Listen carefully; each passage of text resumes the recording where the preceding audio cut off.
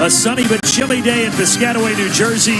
The 11th-ranked Penn State Nittany Lions get set to take on the Rutgers Scarlet Knights. Brandon Gaunt and Jake Butt, Rick Pizzo with you. And Jake, for Penn State, right now, if James Franklin's club wins today, beats Michigan State next week, they're almost a lock for a New Year's Six Bowl. Yeah, and I thought James Franklin brought up an interesting point in our conversation with him yesterday, kind of in the world of the college football playoff. What's a successful season has kind of been diluted, but you can't lose sight of the perspective. This Penn State team was unranked to start the year, and like you mentioned, chance to win 2 more games, get into a New Year's Six Bowl, and then potentially finish the season with 11 wins. And it's even better when you consider how much young talent and young pieces that have gotten experience this year that'll be back on the team next year. Including those 2 talented young running backs, Nicholas Singleton, Katron Allen, that have been a 2-headed monster in the backfield. And it will be Penn State receiving the opening kick. Rutgers won the toss, but Penn State will receive the football. Jude McAtomney has it teed up, a sellout crowd here at SHI Stadium.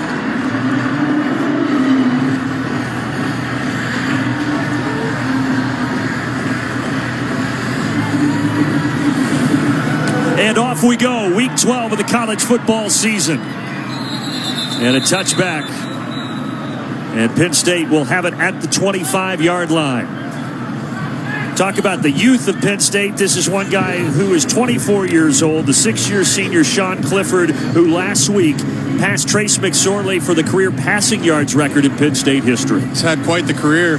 Seems like he's been there for forever. You know, he's seen a lot of things. He's seen some ups. He's seen some downs. And as you talk about this football team, he's the leader and the foundation of this offense. Gets them all lined up in the right play call, audibles, checks, and helps out these young running backs as well. So he already had the passing touchdowns record. Now he's got the yardage record, the completion percentage record. But they're going to start on the ground, and it is Nicholas Singleton, the Big Ten freshman of the week against Maryland when he had 122 yards and a couple of touchdowns, but a short gain there, 2nd down and 9.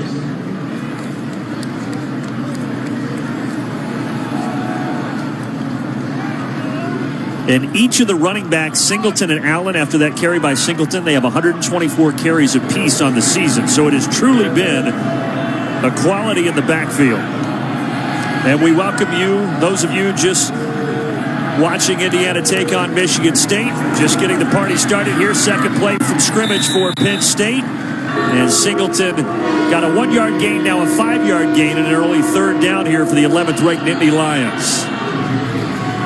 Brandon Gaunt, Jake Butt up in the booth. Rick Pizzo down to the sideline. Mike Pereira, our analyst, rules analyst, out in Los Angeles. A sellout crowd today for Penn State and Rutgers in Piscataway.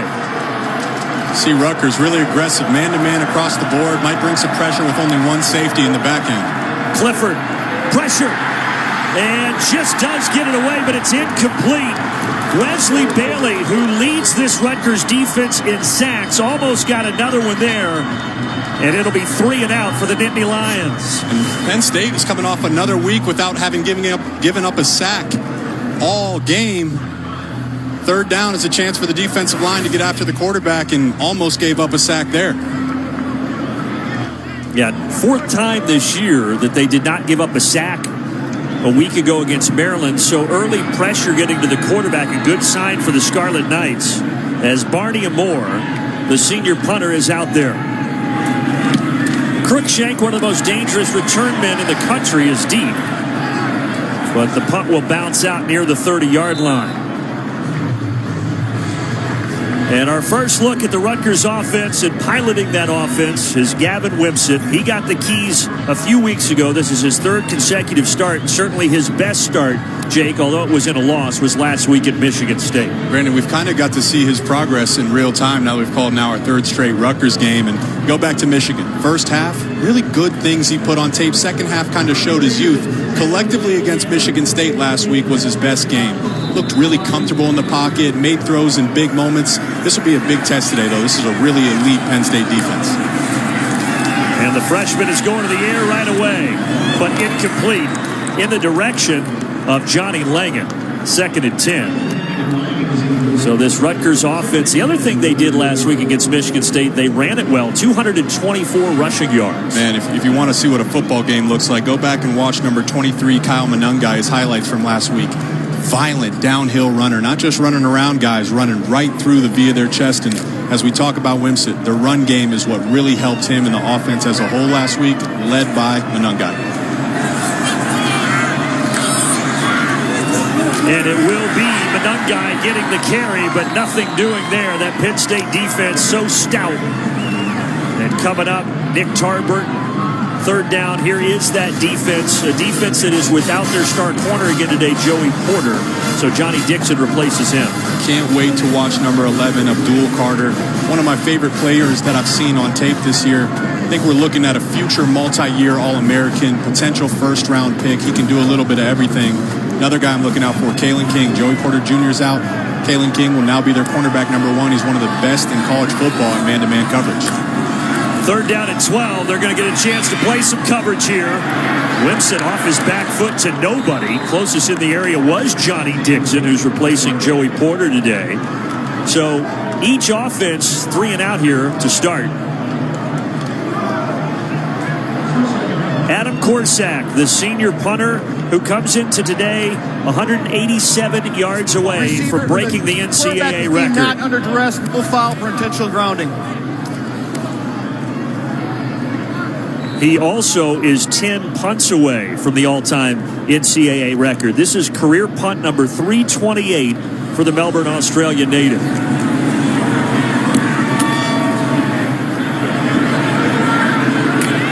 Fair catch at the 21-yard line.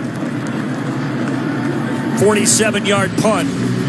Nothing doing for either offense. Sean Clifford and the Nittany Lions back to work when we return.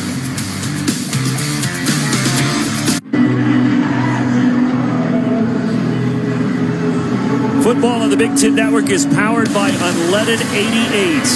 SHI Stadium, Piscataway, New Jersey. Penn State moved from number 14 to number 11 in the college football playoff ranking this past week. They know if they win today and they win next week, they've got a great shot at a New Year's Six bowl. Got to take care of business today. Second drive for the Nittany Lions starts at the 21. And Clifford to the outside to Britton Strange, the very talented tight end, rumbling to the 30-yard line.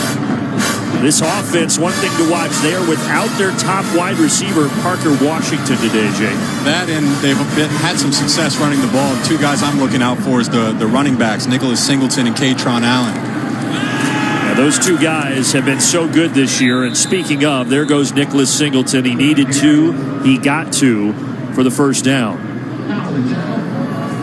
So you got a guy in Sean Clifford at 24 years old, 6th-year quarterback, and then you got 2 freshmen behind him at 18 years of age. That's something to watch, too. Look, you can see Sean Clifford communicating constantly with his offensive line, making sure the running backs are on the same page as well. That's where that veteran leadership comes into handy. Quarterback play is so much more than just throwing the football.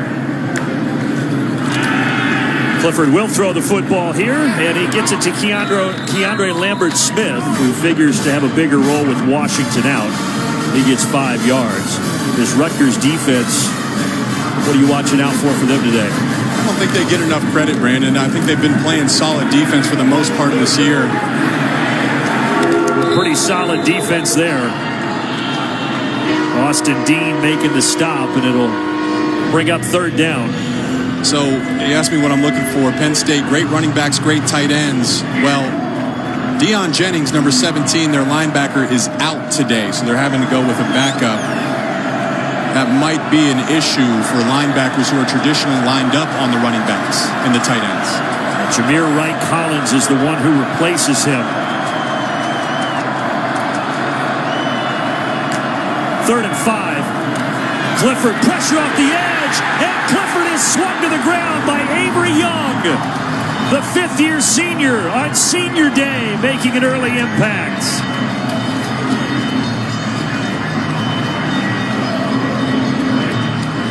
When you go empty personnel, it's less people back there to help protect. That time, the offensive line, especially the right side, miscommunication. Bryce Effner maybe had a chance to slide out there, but he's untouched back there and gets the sack on Sean Clifford. A Penn State offensive line that didn't give up a single sack last week gives up one there early in the first quarter. And that punt by Barney Moore, not great. Rutgers is going to have good field position out across the 40-yard line.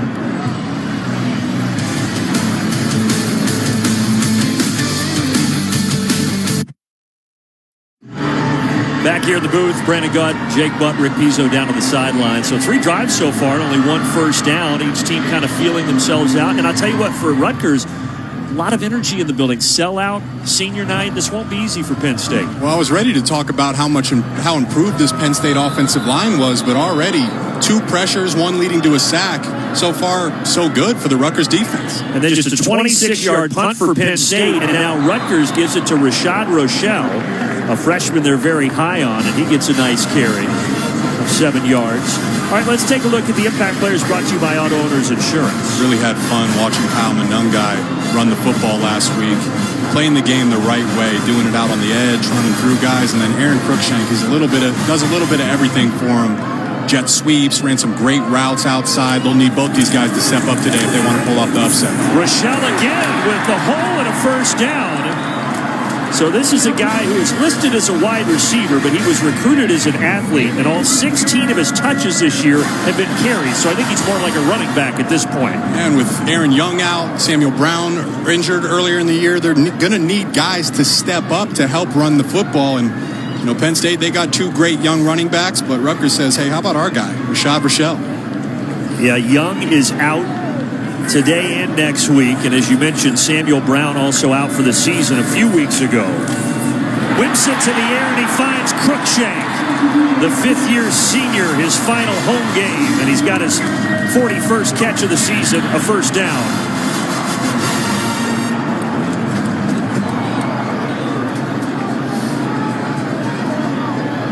It's a great job by Wimsatt. I think that was an RPO, so they starting off the drive with a couple runs. Penn State then brings the pressure as they do. Wimsatt just pulls it out of there and hits the slant on the inside, right where they vacated the blitz from. And they're inside the 30, and now handing it off once again to Rashad Rochelle. So Rochelle, who came into the game with 14 carries on the season, has 3 here in the last 4 plays.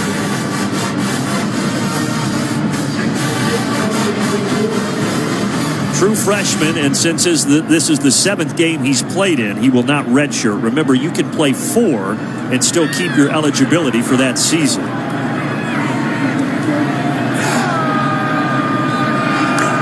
On a 2nd and 6, Wimsatt over the middle, low throw, incomplete. Trying to go back to Cruikshank, but it was actually closer to Jair Brown, the safety who was in coverage. 3rd down. Well, this is going to be a matchup we watch today. Manny Diaz loves to bring the pressure, especially down in the red zone.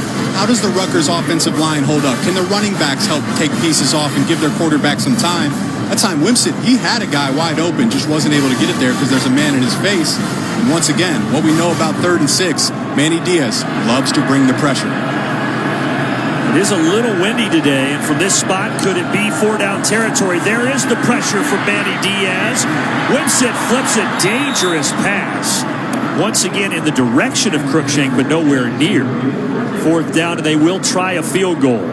It's a dangerous pass, but, this is what you do. This is called zero blitz. There's no safety help in the back of Penn State defense. That leaves them vulnerable, though. He had some guys open downfield. If he could have just got a little bit more on it, they were looking at a touchdown to take an early lead. Instead, they'll try a field goal to take the early lead of 42 yards. A little breezy, as I mentioned. The winds were gusting earlier up to 20-25 miles per hour. They have since died some. And McAtomney, no problem. Right down the middle, and Rutgers strikes first on a 42-yard field goal from Jude McAtomney.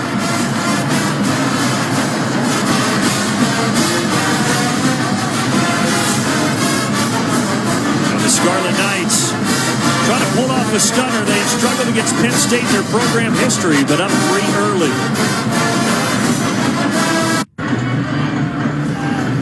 Don't forget to download the Fox Weather app. Chilly, and as that sun continues to set behind SHI Stadium, it's going to get chillier and chillier.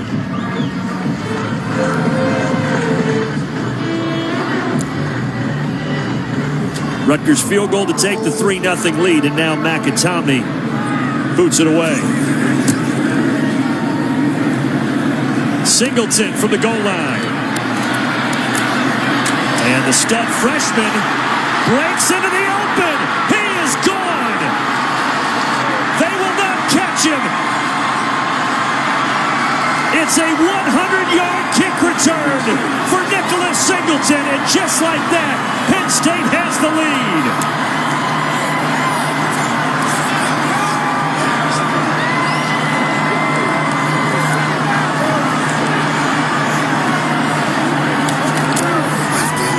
James Franklin told us, this guy just needs a little bit of a crease and he'll be gone.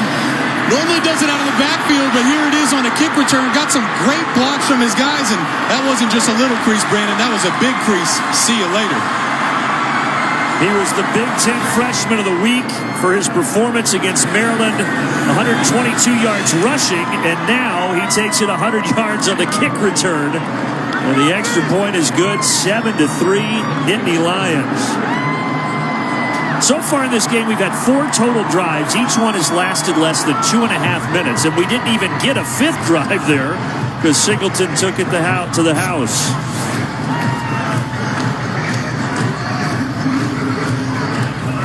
And James Franklin, after the first 2 offensive drives, stalled out for his ball club, loving that return by his freshman. Smiling, he said, this guy's a freshman. I got a couple more years with him. He and Katron Allen, 2 talented running backs. When Singleton runs, he's so fast, but it looks effortless. You know, he looks like he's just gliding down the field. He's got to be a 4.3, 4.4 guy. Great explosiveness, and the best shot you have is to try to bottle him up early, because if he gets any type of space, he's gone. Penn State's second kick return for a touchdown in the last 5 seasons. The other one in that span came from Lamont Wade in 2020. Yeah, take off the celebration chain.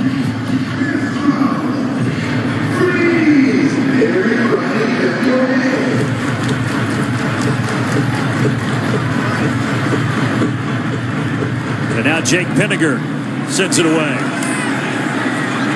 High kick taken inside the 15 by Cruikshank. Cruikshank can also return it.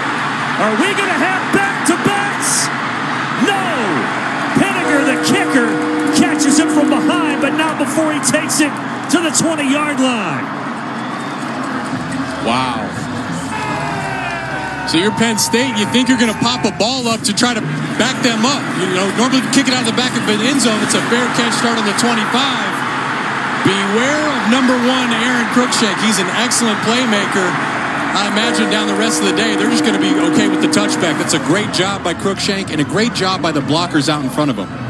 Cruikshank has 5 career return touchdowns, 4 kick returns, 1 punt return. He's been an all Big Ten returner the last 3 seasons. And you saw why right there. 67-yard return to the 21, and now Kyle Monungai gets the tote, but he's not going anywhere. T-Mobile Studio Update. Here's Dave Revson.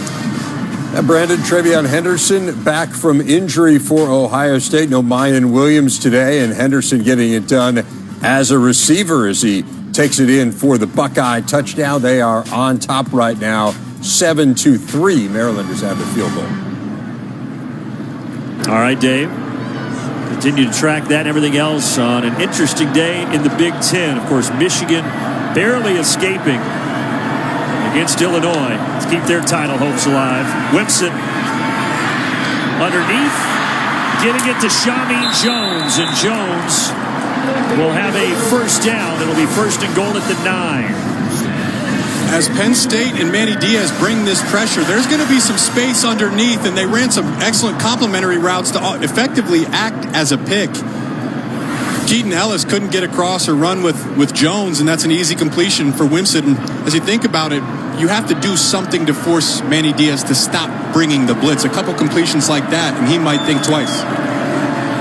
Well, here they'll keep it. Whimsett has a couple of blockers inside the 5 to the 4. Goes the 4-star freshman quarterback from Owensboro, Kentucky. 2nd and goal. He's a great runner. We've been waiting to see it. Giano told us he had an ankle injury earlier in the year. He just wasn't quite 100%. Getting him back able to be a threat with his feet and some of this read option really adds another element to their offense. Yeah, this is his 4th start since missing 3 games with that ankle injury, and he's admitted that has limited him in the ground game. Here he wants to throw it. Looking end zone. He's got him. Touchdown. Running pick.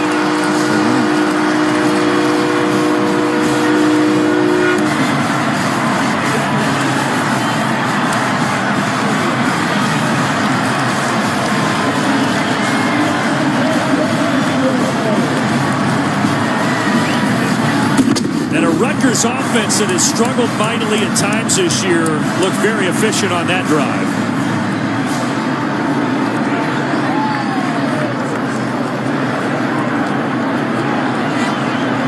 Two lead changes in less than 2 minutes.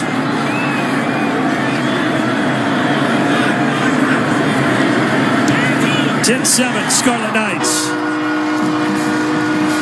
Well, Brandon, it's senior night out here at Rutgers home field, and why not go to the senior, number 7, Shameen Jones, going up against a great Penn State defense, and helps give his team an early lead in this game.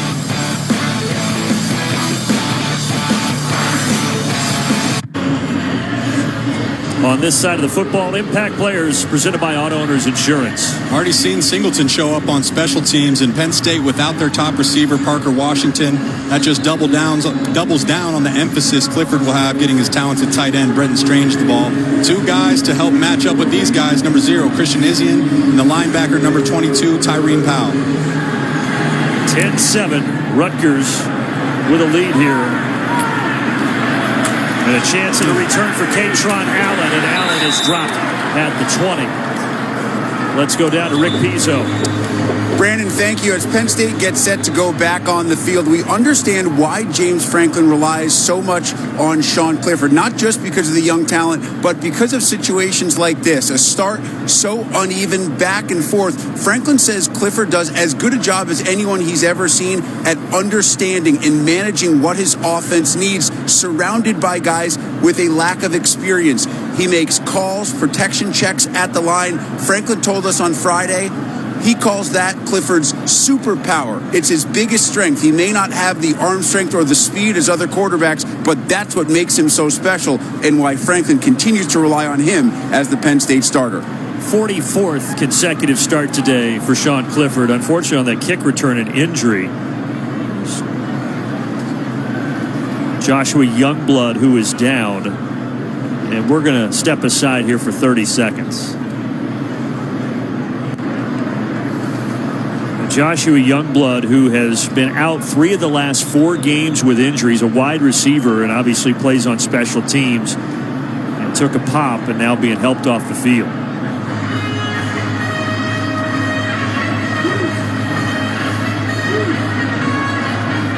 And now Penn State will begin this drive from their own 21-yard line, down 10-7.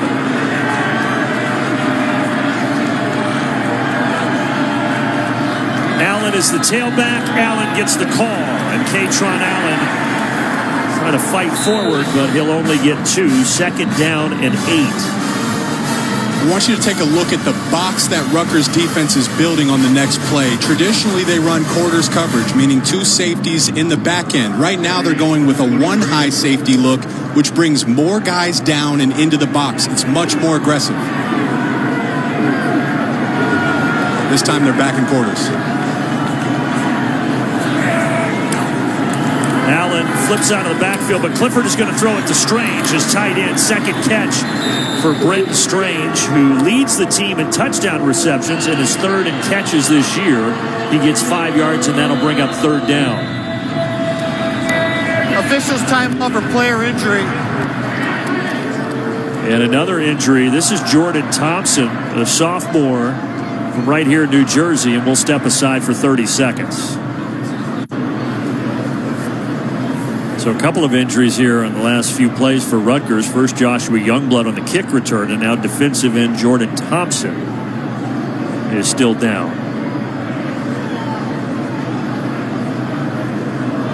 Standings right now, Michigan narrowly escaping against Illinois. They hit a field goal late to win that. And the West continues to be the wild, wild West. Conference standings here brought to you by Discover. Well, for the Michigan Wolverines, kind of holding their breath now. Blake Corum went down. He came back in for a bit.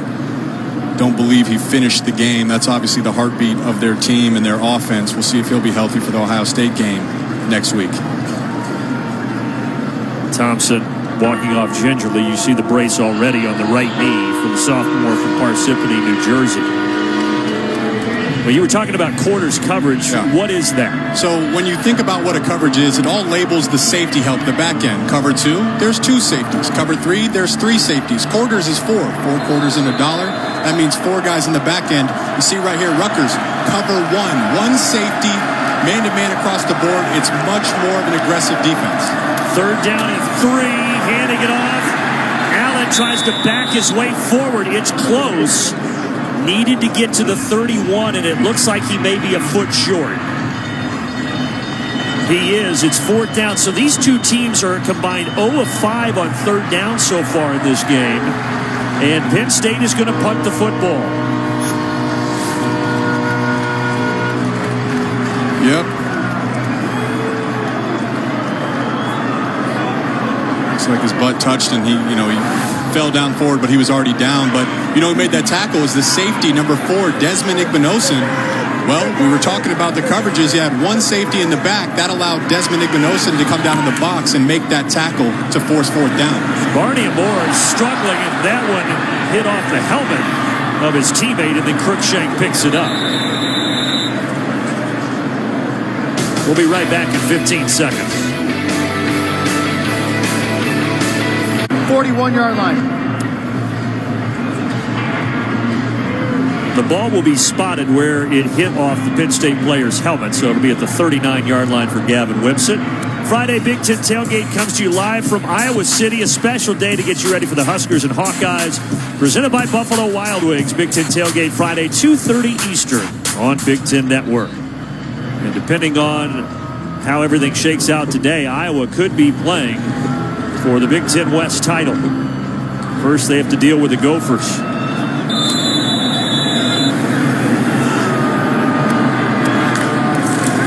Gavin Wimsatt is going to hand it to Kyle Monungai. Monungai, who broke out last week, 162 yards on the ground. That was the most rushing yards by a Rutgers back against a Big Ten opponent ever. And he gets 3 yards there. He didn't do it on his own. I thought the offensive line played a great game with all the rotation and pieces they had to shuffle through. And they're going to be tested today. Manny Diaz, he loves to bring the blitz. We've already seen it come up, bringing 5-6 guys, adding extra elements to support their run defense. This is a defense that's second in the Big Ten in sacks, first in tackles for a loss. Wimsatt gets rid of it, low throw to Monungai. He had him. Just threw it at his feet. And look at Greg Schiano in the background. Just calm down. We've seen him do that a lot when he's talking to Wimsatt the last couple of weeks, Jay. Well, once again, there comes the pressure. The offensive line does a great job. And when you pick up the pressure, that's where it's your chance to take advantage of it. Manny Diaz adding extra guys to try to get a sack. That means less guys in coverage. When you have those opportunities, especially when it's that wide open, you got to take advantage of it. And look at it again. It looks like they're up, threatening pressure once again. And Wimsatt from the gun. The pressure does come, and he throws it over the head of Johnny Langan. So Wimsatt, it's been a mixed bag early. He had a couple of good throws, but he's missed on quite a few. It's kind of been the story, right? Yeah. You see his ceiling at times. You're like, all right, this guy can be really, really special. And then there's lapses, especially with his accuracy. I mean, there's been good play calls. There's been guys open downfield. The offensive line has given him time. You got to take advantage of it. Such an interesting game. We've only had 4 total first downs, but yet we have 17 points between the two teams. The 2 long kick returns aided in that. Fair catch by Cam Miller.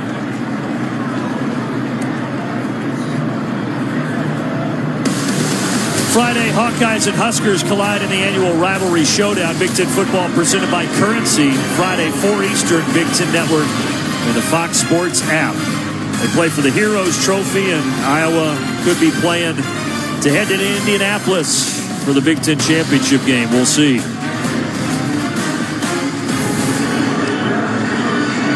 So this is the 9th Big Ten meeting between these two schools, and Rutgers in those 8 previous meetings has never scored over 10 points, but they already have 10 here with 3:05 left in the first quarter.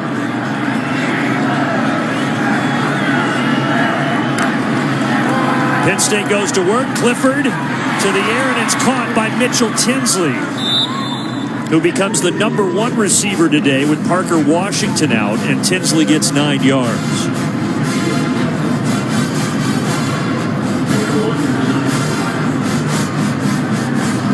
We've seen Penn State go with some up-tempo here early. Clifford is hit on his last 5 passes, make it 6. Beautiful strike to Harrison Wallace III, the man they call Trey. It's a great job there by Clifford, just settling into this drive. They've got players open down the field, putting it on their chest and moving the chains. And that was going to be completion number 7 in a row for Clifford, but he threw it too high for Keandre Lambert-Smith. It's probably his easiest yeah, that's right. completion. But as we were talking about last drive, the coverage choice by Schiano and the Rutgers defense, cover 1, they're bringing more guys into the box. It's the same thing when Manny Diaz brings pressure on the Penn State defense. There's less defensive backs to help the back end of your passing defense, and so far that's what Penn State has been able to take advantage of. Here comes Bailey again, and Clifford just threw it into the ground at the feet of his tight end Theo Johnson. And now on 3rd and 10, we'll see what Penn State draws up here.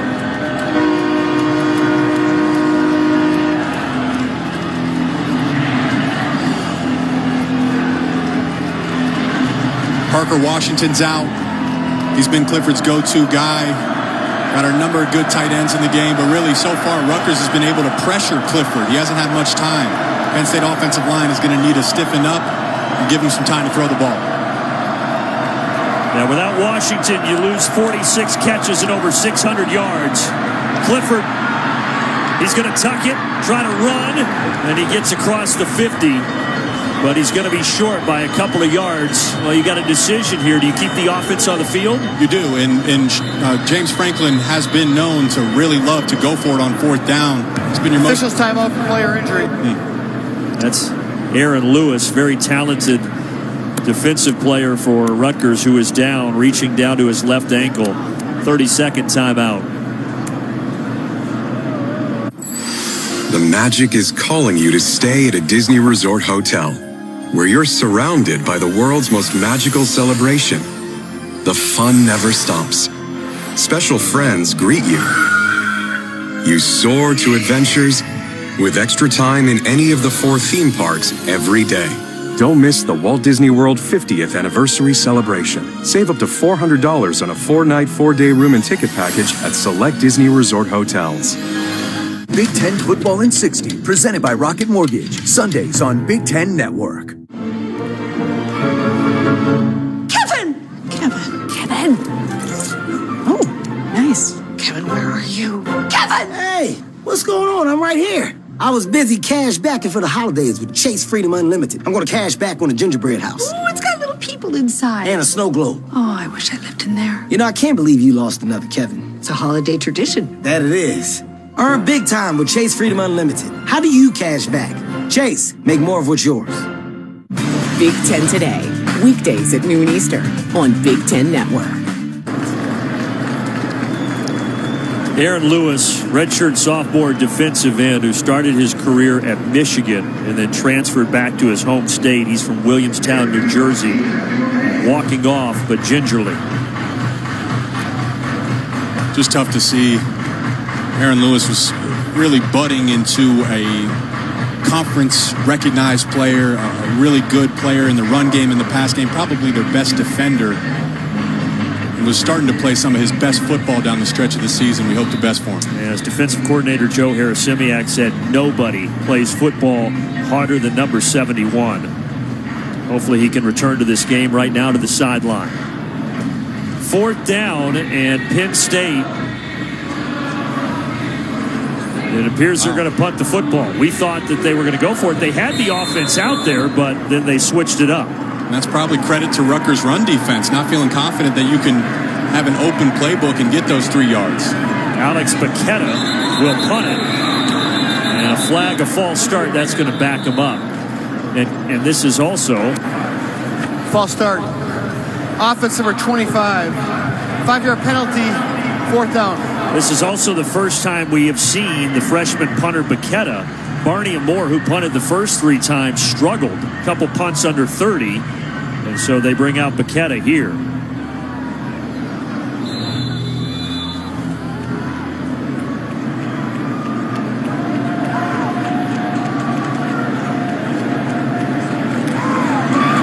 And Paqueta gets it away.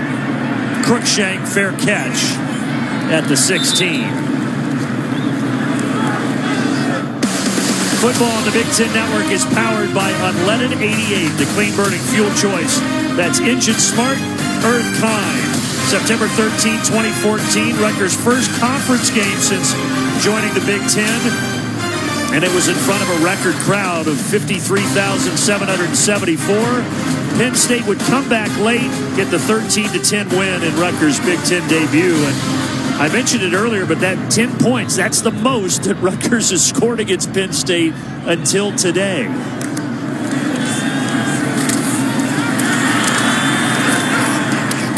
And they're going to lose a yard here to start this drive with Monungai. I mean, this series has just been total domination. This is the 33rd meeting. Penn State has won 30 of the first 32, and you see how good their defense has been against Rutgers.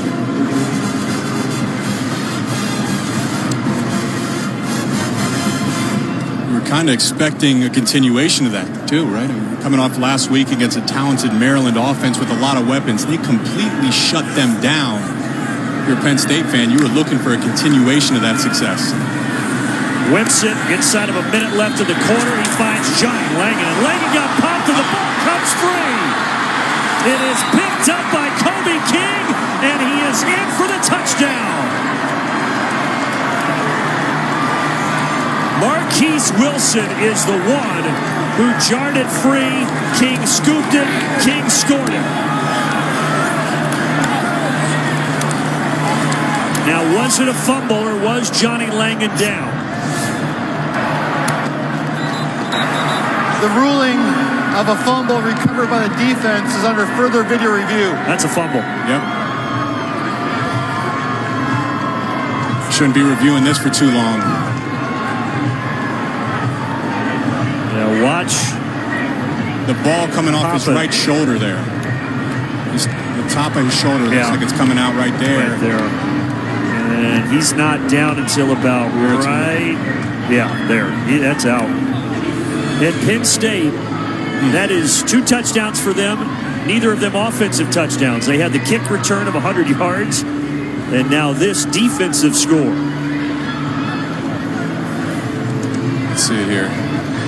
Okay, clearly a fumble. It's kind of been the story for Rutgers. Just the mistakes, whether it's penalties, their turnovers, just where they're at right now, they're not built to overcome those self-inflicted wounds, especially not a team like Penn State. And for Johnny Langan, the guy who fumbled the football, that's a senior who has seen a lot here in his time at Rutgers. It's his final home game, and certainly he didn't envision that when he woke up this morning. But a great hit to jar that ball free by Marquise Wilson. Kind of a small thing. You see he's wearing the long sleeves there. Well, it's... some of our coaches in the past would say don't wear the long sleeves because it's real slick material, so you're trying to hold the ball, and it's easier for the ball to pop out. They're still taking a look at it. We welcome in Mike Pereira, our rules analyst. Mike, are you seeing anything that might overturn this? No, I think what you're looking for is, I guess, did the actual forearm get down before the ball came loose, or even the shin? But to me, that ball's rolling out of his hand before he gets to the ground. Here's After the call. review, the ruling of a touchdown stands. And there you go. So Penn State right now has 2 first downs on offense, and they have 2 touchdowns. The kick return and that score right there by Kobe King.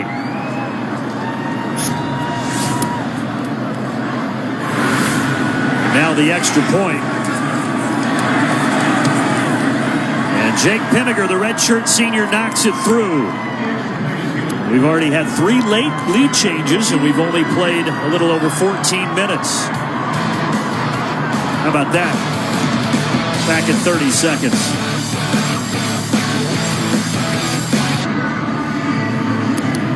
James Franklin going for career win number 100 today. He had 24 in his couple of years at Vanderbilt, 75 wins against 36 losses as the head coach of Penn State. And probably not the start that he envisioned. Rutgers playing him very tough, but his crew does have the 4-point lead.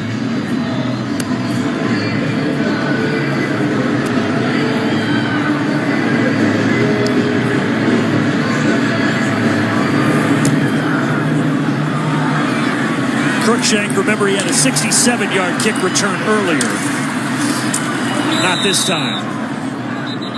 Brought down at the 20. James Franklin sitting on the 99 career wins. Active Big Ten coaches with 100 career wins, he would become the 5th. Almost don't think he gets enough credit for what he's done here at Penn State. Clearly loves the program. He signed his contract this past season without knowing who the AD was, and talked to us about it. Feels there's alignment from the president all the way down to the chairs, down to the athletic department. Combine that with all the young talent, feel really good about the future of this program. Good completion here for Sean Ryan. So a good start to the drive for Rutgers out to the 42, a gain of 21. There's one route Wimsatt feels comfortable throwing, it's the slant, and that should show up once again as Penn State continues to bring the blitz. Those blitzers are vacating an area of the field. You want to throw right into the teeth of it, right over the middle of the field, and hit your guy in a slant for a nice explosive gain. Sean Ryan, another senior, playing in his final home game, and Rutgers is going to be content to let this clock wind all the way down to the end of the first quarter. Greg Schiano, winningest coach in Rutgers history, trying to get this program back to where he had it before he left for the NFL job. 4-6 this year and down 4 after 1 quarter of play here today in Week 12 in New Jersey.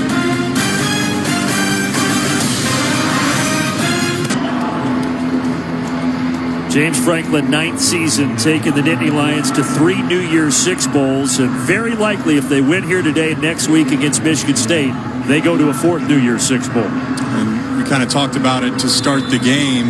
That's kind of been diluted in the world of the college football playoff. You know, what's a successful season? A New Year's Six Bowl and 10 wins is a really successful season.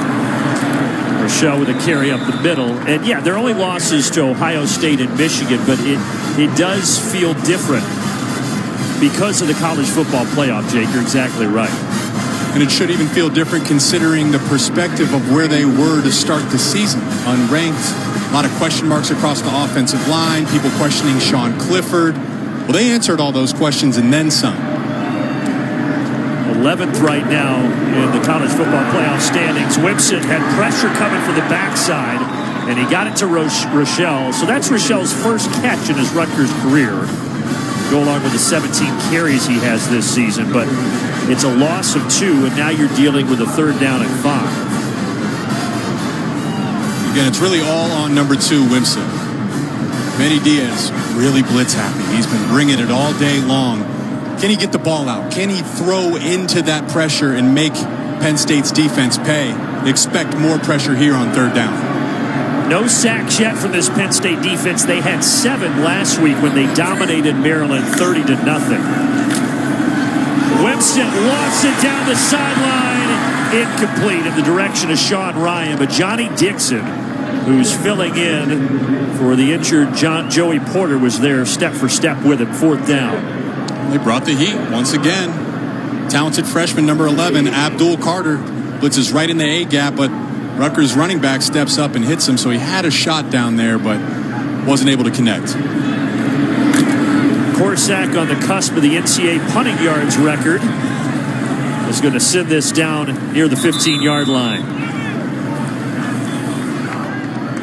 Penn State up 4. These incredible freshman running backs. What a tandem they are. Nicholas Singleton, Katron Allen, most rushing touchdowns by Big Ten freshmen duo in the last 20 seasons. And already 600-plus yards each, Jake. I think we're watching in real time, Brandon, two young backs blossom into what I believe will be a top 2 or 3 running back room in all of college football, potentially as soon as next season. James Franklin telling us there's no selfishness or egos with those guys either. They're happy with splitting the carries. Good friends. This is Singleton. And Singleton loses the football and Rutgers picks it up. Avery Young popped it free. The ruling on field, the fumble recovered by the defense. First. And Sean Collins jumped on it.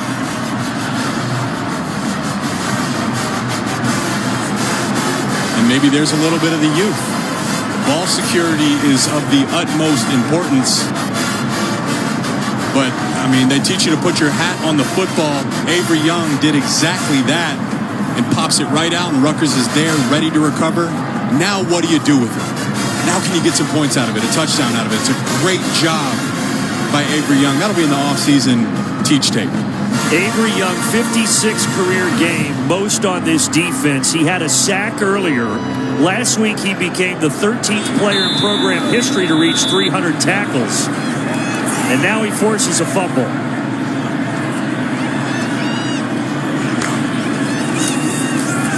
Whipson escapes the pocket, trying to extend the play, but he's got nowhere to go. And he's brought down by Tyler Elsdon, the redshirt sophomore. Second down and 12, a loss of 2. So again, it's a great job of picking up the blitz by Johnny Langan and Monungai. There's just nothing down there. And watching the routes develop, there's no space, nowhere for Wimsatt to go with the football. Which is a credit to Penn State's defense as well. 4 more tackles for loss already for Penn State. They lead the conference in that category. Wimsatt, pressure again, gets it to Langan, but Langan's only going to get 3. So that'll bring up 3rd down and 9. I think they might have missed a holding there on number 11, Abdul Carter. He was in the backfield in a hurry. Coming right there in the middle of your screen, right off the right side of Wimsatt. Yeah, you got, Zielinskis has him, yeah. That's holding. And Gus Zielinskis, by the way, getting the start today because Ireland Brown, the normal starter at center, left last week with an injury against Michigan State.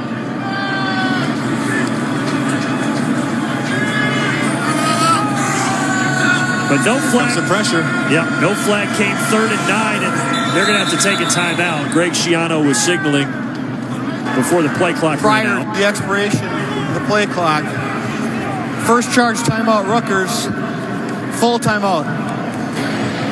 12 minutes left, second quarter. We'll be back. Defensive coordinator Manny Diaz, head coach at Miami the last 3 seasons, nominee this year for the Broyles Award for the top assistant in college football. Rightfully so. He's got a good shot at winning that. And, man, I'll tell you what, comes in right away and has an identity of this defense. Speed, aggression, downhill. You see him up in the face of this offensive line, ready to bring it again. 3rd down and 9 here. This time they rush 4. Wimsatt completes it, though it's dropped. Even if Jones had caught it, he wasn't going anywhere. But they only rushed 4, but Abdul Carter was coming scot-free up the middle there, Jake. Yeah, and what Manny Diaz told us yesterday, he said it's about the pressure, but also the illusion of pressure. Just getting up there in the face makes the offensive line have to communicate. They think they got to go out to the right and get the pressure. Leaves them vulnerable on the inside, and they got a couple guys in Wimsatt's face right away. Wimsatt has struggled on 3rd down today, 0 for 5. Jude McIntomney hit from 42 earlier. This is from 41 on the other side of the field. And he pulled it wide left. And the Penn State defense holds. Rutgers gets nothing. So they got the turnover plus territory, but nothing to show for it. Built for Success, brought to you by Rocket Mortgage. And we spotlight Penn State's dominance over Rutgers in Maryland. In 78 meetings against those two teams, 72-5-1. They continued that dominance against Maryland last week. It was probably their best complete team football game, but not the best start to this game today for Penn State. Yeah, Penn State winning 30-0 last week. Now they start this drive from the 23. Play and fake and going to the right. Here goes Clifford. Short throw underneath. Not much there for Mitchell Tinsley. It's been a strange game. We have not had a drive of even 3 minutes yet. Right. Neither team's really been able to get much going. All the points have been off turnovers and special teams plays. Aaron Lewis is back for that Rutgers defense, and that is a great sign. One of their leaders up front. He went off injured earlier in the first quarter. Katron Allen. So if you remember, Penn State's last drive ended with a Singleton fumble. This time Allen gets a carry, and it sets up third down and short.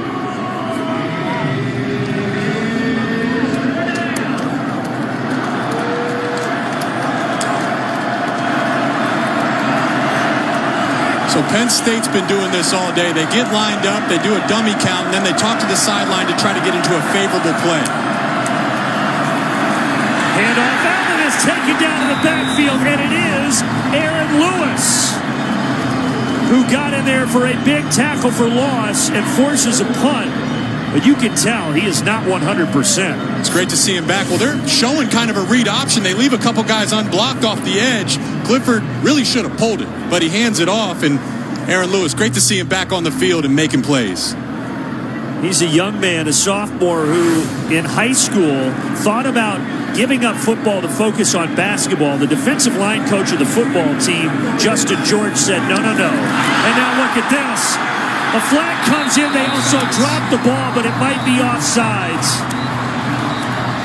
Bucketta, the punter, who replaced Amore, the starting punter, dropped it.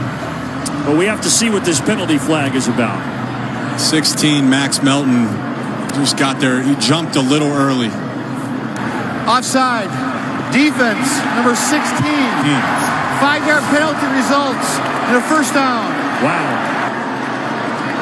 That's got to be so frustrating for Greg Schiano. We asked him about the penalties, and he said a lot of them have come on special teams. And special teams is big momentum plays and momentum opportunities. That time it wasn't even the pressure. It was just a fumbled snap. And Rutgers looks like they have a chance to get the ball back in great field position. And instead, it's 1st and 10 for Penn State. And Greg Schiano not very happy. First penalty for Rutgers, and this is a team that is among the most penalized in the country. That one certainly hurts. Now Clifford is going to take off on a designed run out to the 36. T-Mobile Studio update, back to Dave Revson. Brandon, Iowa trying to seize control in the race to Indy. Spencer Petras with the QB sneak puts them up 10-0. Minnesota 1 first down in the first quarter. Guys? Okay, and again, if Iowa wins that, they control their destiny. If they would win against Minnesota and next week against Nebraska, they would be heading to Indianapolis. Allen trying to bounce it to the outside. Rutgers having none of it. Christian Isian, he got there first, and Ifan Maje, a loss of 1. Here are the current West standings. Illinois lost earlier, so that shakes things up. 3rd down and 8. Clifford. Lewis hit him as he threw it. Gets it to Strange, and then Strange is quickly wrapped up by Max Melton. He's going to be a few yards shy of the line to gain, and it's 4th down.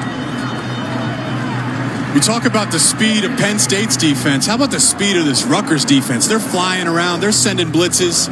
They got guys in the backfield. And then what I always like to see about the Rutgers defenses in general, the emotion and celebrating with one another. So far, this Rutgers defense doing a great job of making Sean Clifford and Penn State's offense uncomfortable. Penn State has gone back to their starting punter, Barney Moore. And he sends away a beauty. Is that going to check up? Wow. Barney Moore had 3 punts that were not good to begin this game, but that is as good as it gets right there.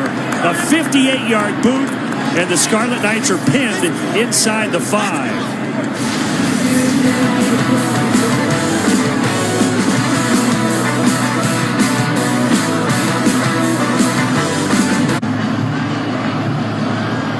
Greg Schiano, ever since that offsides call on the punt, he has just been fired up. He's been letting the line judge Vince Winters and the field judge Gary Powers hear about it frequently since. Meanwhile, his offense is back on the field, but he's got his quarterback standing in the end zone. Wimsatt going down the sideline, and it's intercepted. Johnny Dixon picked it off. Dixon is going to take it in. Penn State has 3 touchdowns and none of them are on offense. But there is a flag down. I think it's part of the return, so I think the interception stands, but they may have to take away the defensive touchdown for Dixon. Let's see what they call. It came in real late as he was running down the sidelines. Referee Greg Blum.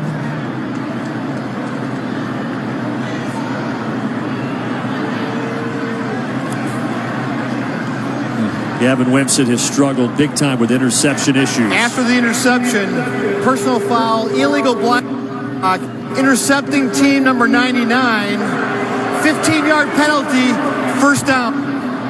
So you're right, it is Penn State football, but Johnny Dixon will not get to celebrate his first pick 6. We asked Manny Diaz, what does it take to play a corner in your defense? And he said courage. They're going to put him out there on an island in one-on-one. That time, Johnny Dixon in one-on-one coverage.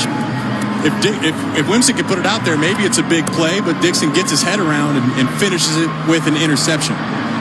That's 99 at the top of your screen. That is why the penalty was called. Keziah Izzard. So that backs him to the 30. And that's really big because Penn State hasn't had much success on offense at all. Now they only have 87 yards of offense. The Rutgers with 2 turnovers. Clifford looking toward the end zone for Mitchell Tinsley. Good coverage by Christian Braswell. But turnovers for Rutgers have been a big story. And the graphic was on the screen a moment ago. But in their 6 losses, they have 14 turnovers. In their 4 wins, they only have 2. And now they have 2 turnovers here in the first half.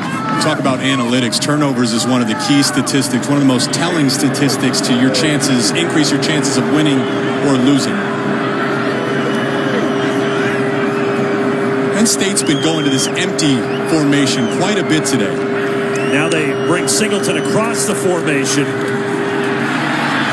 Clifford trying to slip through the line, and he will all the way into the red zone. Needed to get to the 20 to pick up the first down. He got to the 19. I don't know if I'd call Clifford a dual threat. I don't know if I can quite say that, but he's pretty crafty when he decides to make that decision and tuck it and run. He's over 1,000 career rushing yards. We mentioned that last week he passed Trace McSorley to be the all-time passing yards leader in Penn State history. Already holds their passing touchdowns record at 79. His 44th start today. He's going to keep it. Little flip out to Strange. And Strange is escorted out of bounds by Powell around the 11-yard line.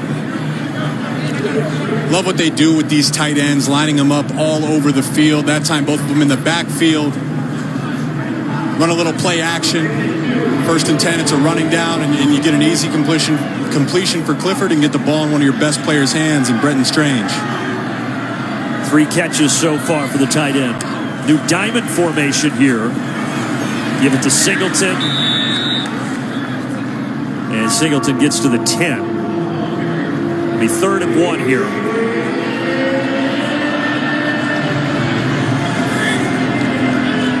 Going to bring in, they got 3 tight ends in the huddle right now, heavy personnel. 3 tight ends, 2 running backs. It might be that wing T formation that they've been going to in short yardage situations.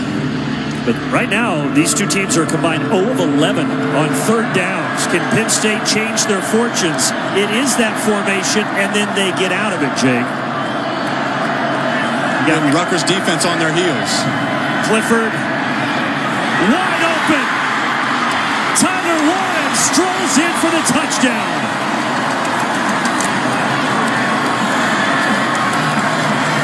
His second of the season, they put all that eye candy out to the right, and Warren slips scot-free. It's a great scheme. So you get in that tight formation. You then shift out. Rutgers starts the snap with thinking it's a run. All of a sudden, they're out in a passing formation. And Tyler Warren, he kind of sneaks into the back end of the defense. Looks like he's going to block to start the play, and it's kind of a wide throwback screen for a big-time touchdown. 5 plays, 30 yards after the interception. And Penn State with a comfortable 21-10 lead. Well, James Franklin told us he's got 3 NFL tight ends. Whether it's Brenton Strange, Theo Johnson, this time it's number 44, Tyler Warren, with the walk-in touchdown. And he gets to celebrate with his guys.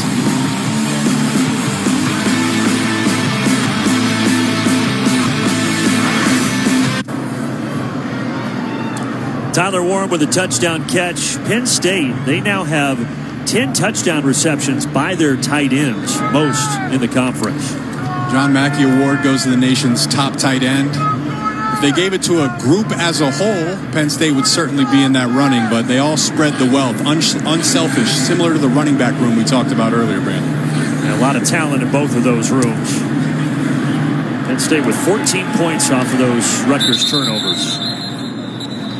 Later tonight, it's a don't-miss volleyball matchup. 14th-ranked Penn State squaring off with number 3 Wisconsin. Tonight, 8 Eastern, powered by Unleaded 88, only on Big Ten Network and the Fox Sports app.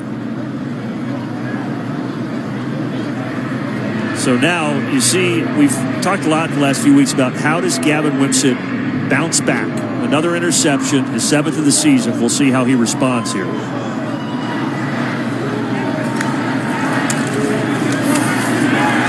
And nothing doing. In fact, the tackle for loss. Good job by Curtis Jacobs defensively.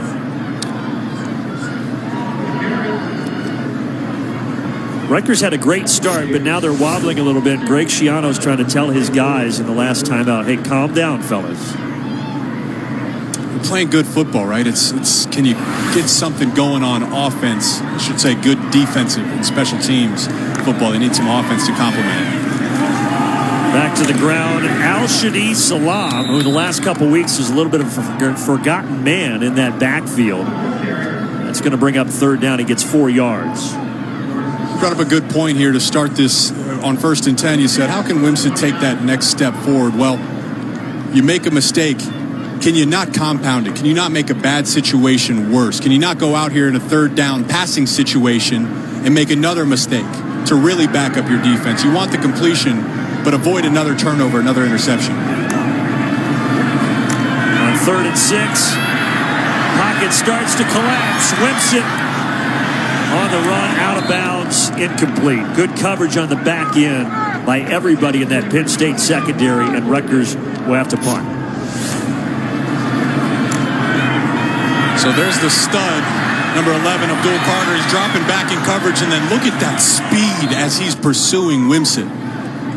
So one thing I noticed watching the tape last week, their downhill speed. I thought they might be one of the fastest defenses in the entire conference. Out of bounds with inside of 5 minutes left in the second quarter. We're going to take a quick 15-second break.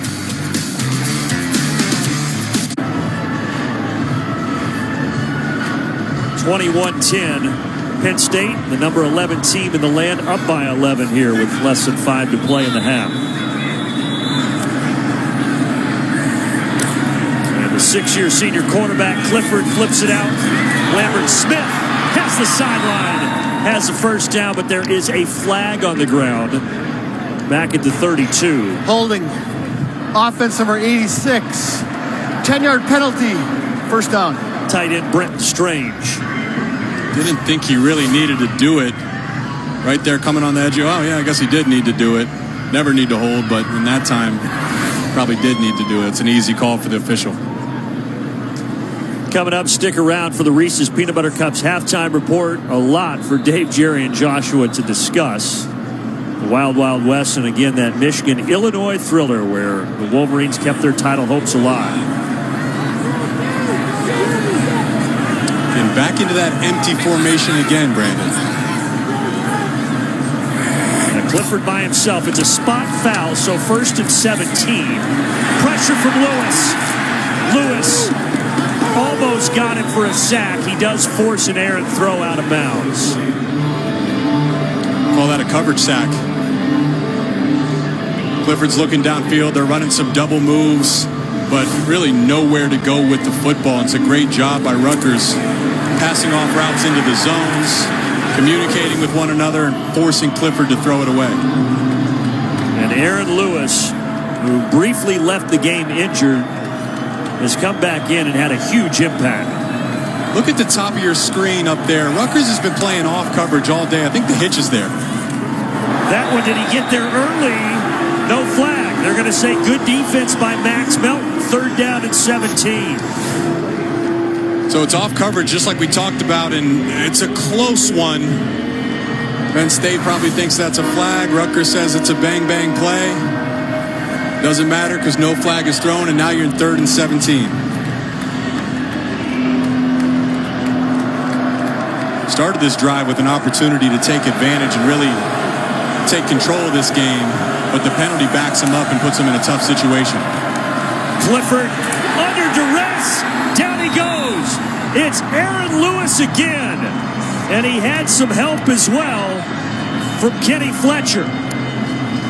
Great team unit defense. Once again, Clifford's climbing in the pocket with his eyes downfield, scanning, looking. Who can he throw it to? Well, there's no one there, and there's a bunch of red jerseys on him for the sack. Once again, big number 71, big stud, Aaron Lewis. And credit Kenny Fletcher, the young freshman defensive end who got there as well.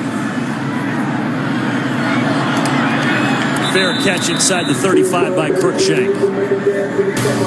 Tomorrow, a Hoops triple header.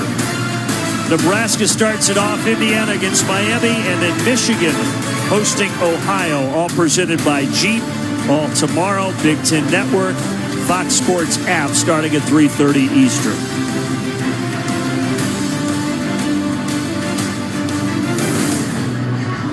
Now 3:34 left, Rutgers with 2 timeouts.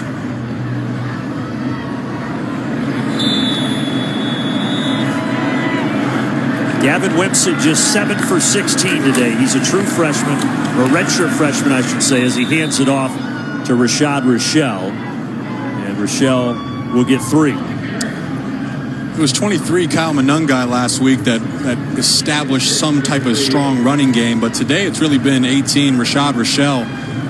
Really, this offense is not ready to be an air raid offense. They're not ready to have Wimsatt back there throwing the ball 35, 40 times.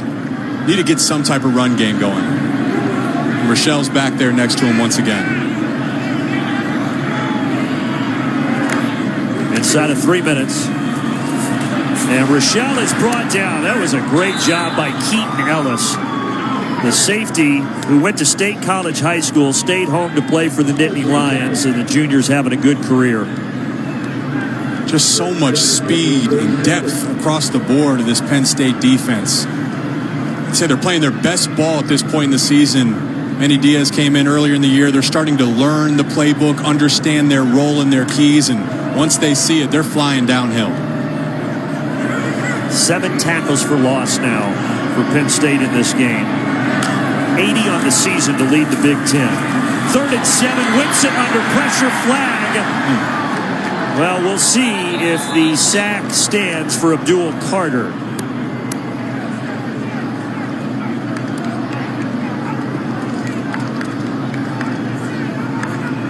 You would think this would be a hold. Let's see what Greg Blum says. Holding. Offense. The penalties declined. Result of play, 4th down. And Abdul Carter will get the sack. Another tackle for loss for this defense. He's wearing that Penn coveted State. number 11. Micah Parsons, LeVar Arrington. Their first charge timeout of the half. And Penn State's going to take a timeout here to preserve the clock. We'll step aside for 30. On this punt, barring something very strange, Adam Korsak is going to break the NCAA career record for punt yardage. He's just 15. And that'll do it. The fifth-year senior from Melbourne, Australia, is now the NCAA record holder as he sends this down inside the 35. And Greg Schiano says you will not find a punter on any team more loved and respected than number 94. Well, senior day, and you asked him, who's some guys you want to highlight? This was the first guy he highlighted. He's had just a fantastic career. Senior day ceremony prior to the game. Also love the hair, too. Great haircut. Yeah, I don't know who his barber is. He also is just 7 punts away from setting the NCAA record in total number of punts at 337 as well. Penn State, couple of timeouts, 2 minutes. Clifford takes off. And a good run. He's going to pick up 11.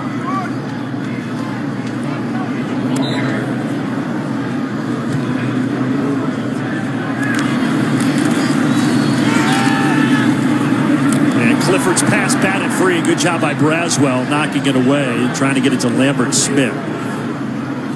Really hasn't been anything open downfield for Clifford.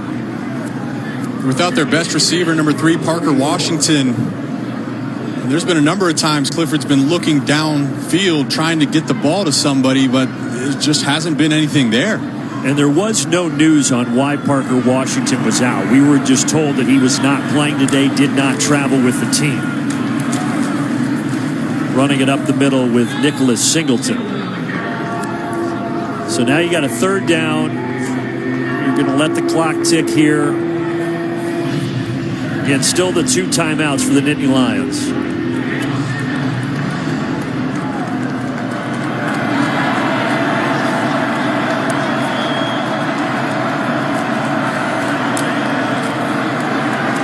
Third down has been an issue for both teams, but they convert to the Nittany Lions. Mitchell Tinsley spinning his way forward for a few more yards to the 32. Well, behind Parker Washington, Mitchell Tinsley's probably the next man up. He's their veteran. Clifford hit him in a big moment there. And Clifford is going to hit again, this time to Harrison Wallace.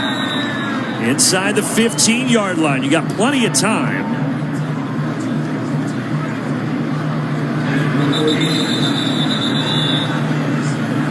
Officials timeout. Officials timeout here. Penn State did not take one.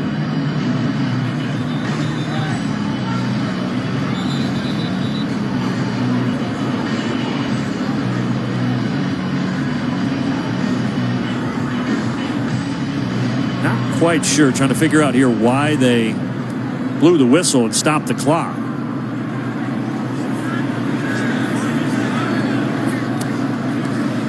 For a moment, Keontae Hamilton on the Rutgers defense went down, and that's why they stopped play. 2nd charge timeout. Rutgers. It's a 30-second timeout. And now Rutgers is going to take a timeout here with 67 seconds remaining in this first half. Penn State up 21-10.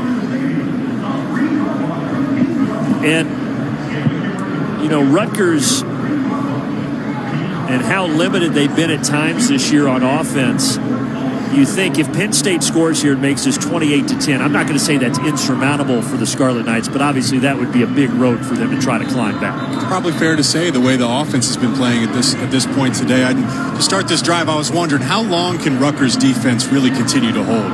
For the most part, they've been put in tough situations, but have held Sean Clifford in the Penn State offense, but you can only do that so much with your offense not giving you much help.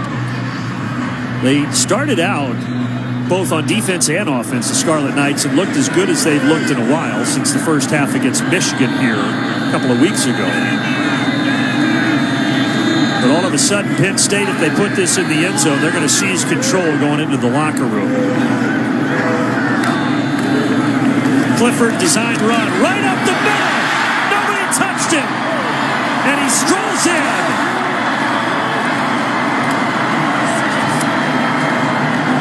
14 yards for number 14. You know what? I take back what I said earlier. Sean Clifford, dual threat. Watch Brenton Strange, the tight end. That's the key block coming right up through the hole and laying a lick on a Rutgers linebacker. Sean Clifford, really great double team by the front side. That's Bryce Effner, the right tackle. And then Sean Clifford really untouched into the end zone. Penn State just went 67 yards in 59 seconds. And there are 63 seconds remaining, and that's 3 straight touchdowns unanswered for James Franklin's crew. And now they're going to be able to take a more comfortable lead into the locker room.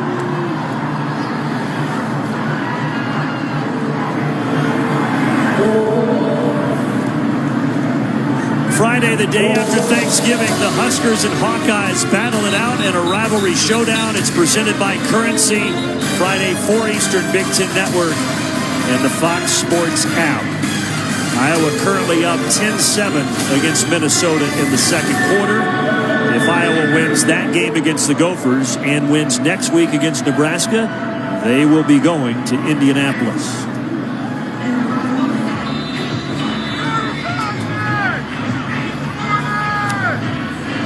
Just 74 yards of offense here in the first half for Rutgers. And a couple 3 and outs as well. It's, you know, your defense just ends up staying on the field so much. You get tired. The advantage then switches to the offense. I'll tell you one thing I didn't expect is that Sean Clifford right now has 35 rushing yards and Rutgers collectively has 22.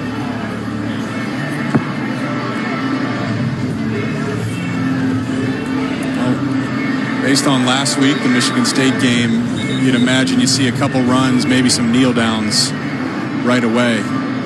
Penn State only has 2 timeouts. Yeah, Rutgers did not try to force the issue in a close game against Michigan State in the second quarter last week. Well, we'll see what they do. They do spread out with 4 wide. And Wimson's going to keep it and step out right around the first down marker. They're going to mark him out a yard shy. Abdul Carter, man. Wimson had some space. A lesser linebacker may not have been able to get out there. We've seen his speed show up a number of times today. He just closes the gap. He eats up that space so quickly. True freshman, 4-star recruit, second on the team in tackles. Boy, is he a good one, number 11. Wimson throws incomplete. Johnny Langen's had a rough day. He had the fumble earlier. That one hit him in the numbers, and he couldn't bring it in. You got to help out your young quarterback. It's the right concept. You're sitting there in the zone on a curl route. Hits you right in the numbers. And that's a former quarterback in Johnny Langen who actually had 8 starts at the quarterback position back in 2019 for the Scarlet Knights. 3rd and 1. They will get the first down. Now you're at the 39. You got 1 timeout. The most important thing in these hurry-up 2-minute situations is getting that first down. Then you can get into some offense. You're not backed up anymore. You got some rhythm. But you got to go. It's been a lot of time taken off the clock so far. That was Rutgers' first 3rd down conversion of the game. Now they'll try to build on it. That's not going to help. Airmailing it way over the head of Sean Ryan. It's a little here, a little there. I mean, he's accurate to Langen, and it's a drop. That time he has Sean Ryan on a stop route, and he misses him by a couple feet too high. It's kind of been where he's missed has been high on some of those out towards the sideline routes. And as we talk about improvement, you want to see that get corrected or that throw start to come down. He's 0 for his last 5. He's now 7-19. And he came into this game, Gavin Wimson, the 3rd lowest completion percentage in the country, under 50%. He's going to hand it off here, and that's going nowhere. Another tackle for loss. This time it's Hakeem Beeman, the redshirt junior, shooting in there. Second charge timeout of the half. Penn State. 30-second timeout. So now James Franklin is thinking, okay, I'll take one more timeout and force Rutgers to have to punt the football. Why not, especially with the special teams has already showed up earlier with Singleton taking a kick return to the house. Maybe you send the house, try to block the punts if you force a fourth down, or potentially have a chance to get a return and get you maybe a couple shots at the end zone. Reese's Peanut Butter Cups halftime report coming up shortly. The gang back in the studio in Chicago.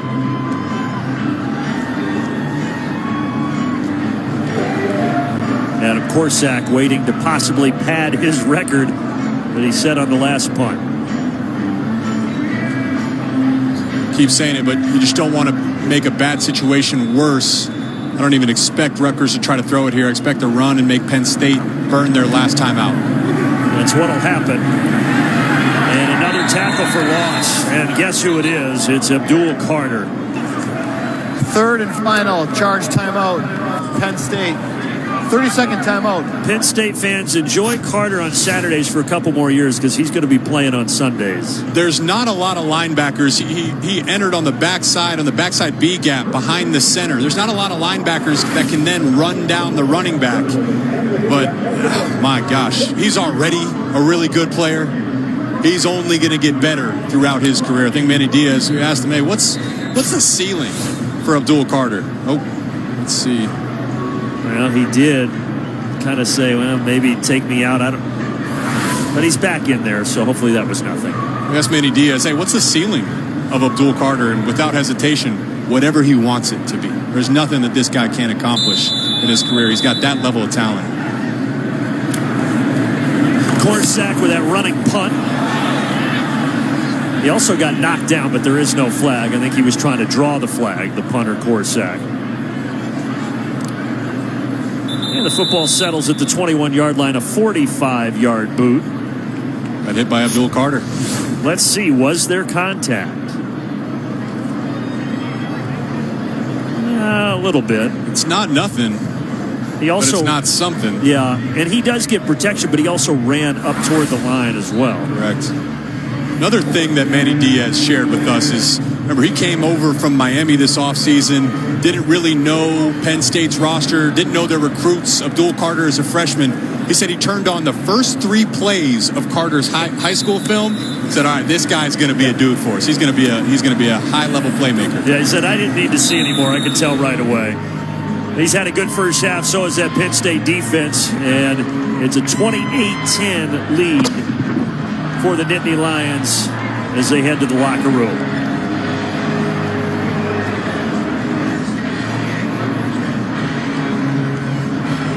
They only needed a couple of offensive plays. Remember, they had 2 non-offensive touchdowns, the kick return of 100 yards, and then they had the scoop and score. Greg Schiano's coming back out. He has been in the ear of the officials the entire half. Let's go down to Rick. James, your defense scores a touchdown, comes up with a pick, allows less than 100 yards. What is that unit doing so well right now? Yeah, they've been playing great all year long. We've been disruptive, whether it's tackles for loss, sacks, and obviously turnovers tonight have been really good for us. We got to punt the ball better. We got to move the ball in offense because we put them in a short field too many times. But besides that, pretty good. They've shut your running backs down, but you saw something. What did you see that allowed you to have success running the ball with Sean? Well, they're committed to stopping the run. They're dropping a safety down in there. So by running the quarterback, it allows us to even the numbers a little bit. And we got to throw the ball a little bit better. Thanks, James. Thank you. 21 unanswered points for Penn State to end the first half and take a 28-10 lead. On the other side of this timeout, we'll go to Chicago. Reese's Peanut Butter Cups halftime report. Stay tuned.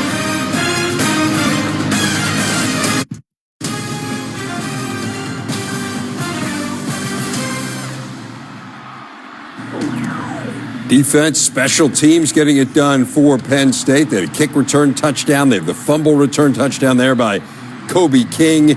Nittany Lions on top of Rutgers 28-10 at the break. The Reese's Peanut Butter Cup halftime show. Dave Revson, Jerry DiNardo, and Joshua Perry.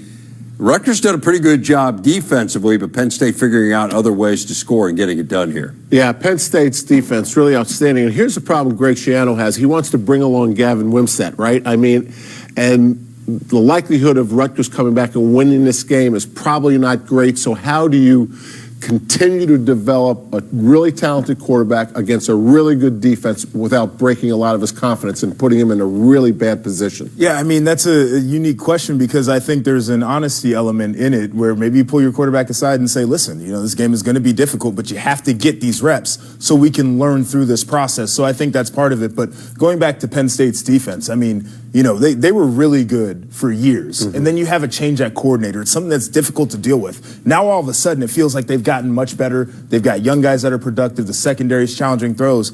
Really enjoy watching them play ball. It's taken Manny Diaz a little bit of time to install and get his defense going, but they're going pretty good right now. Doing a great job. 83 yards for Rutgers in the first half. Remember, they had 460 last week, which was their most in a conference game in 7 years. So Penn State shutting him down. Sean Clifford, his 80th touchdown pass of his career, just the 4th Big Ten quarterback to hit that mark. Would it be fair to say it hasn't really been smooth sailing for some of the favorites in the Big Ten today? I think it would. We'll show you what's going on a wild Saturday next. The Big Ten Network Halftime Report is presented by Reese's Peanut Butter Cups. Ohio State and Maryland going on right now in College Park. Pick it up early in the first quarter. C.J. Stroud to Travion Henderson. Nifty moves there and takes it in for the touchdown. Buckeyes on top 7-0, but they are in a battle in this one.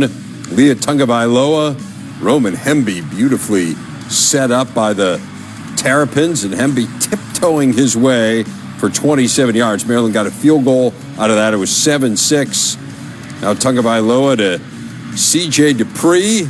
Maryland goes into the locker room with the lead. It is 13-10 Terps. So Ohio State trying to stay perfect heading into the showdown with Michigan. The Wolverines had all kinds of trouble with Illinois. Blake Corum goes down with an injury there with Michigan up 7-3. Actually fumbled the football as well, which cost them on the drive. He would get just one carry in the second half. Chase Brown, who looked like might be done for the year last week, was anything but done. He went for 140 yards and 2 touchdowns. Illini up a TD. It's 17-16, waning seconds. Jake Moody kicks his 4th field goal of the game, and Michigan survives. They are perfect, 19-17. Indiana, Michigan State, this one went to overtime. Sean Shivers, it's actually in the second OT. Hoosiers got the 2-point conversion. They are up by 8. One last chance for MSU. And Peyton Thorne throwing incomplete into the end zone. How about Indiana ending its losing streak? Tom Allen celebrating 39-30. He is excited. Northwestern and Purdue. Boilers still in that West. Hunt, Aiden O'Connell. Fine sizzle.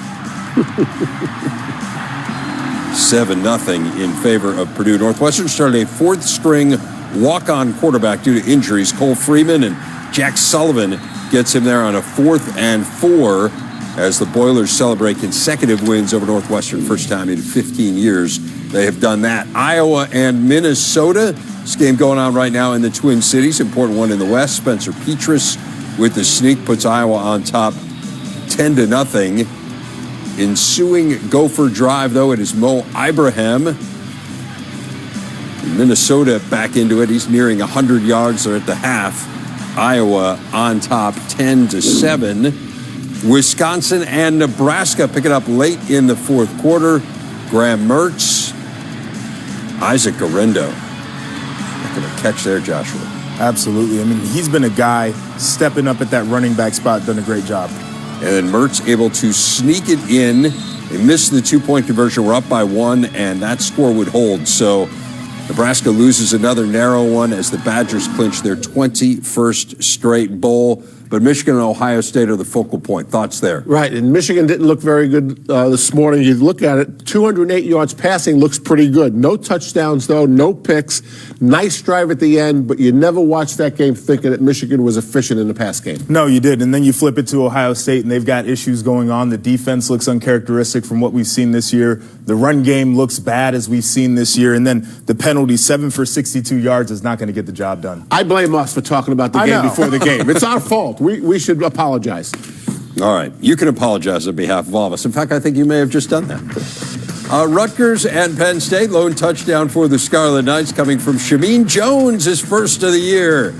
Penn State, though, on top 18 at the break. The Big Ten Network Halftime Report is presented by Reese's Peanut Butter Cups.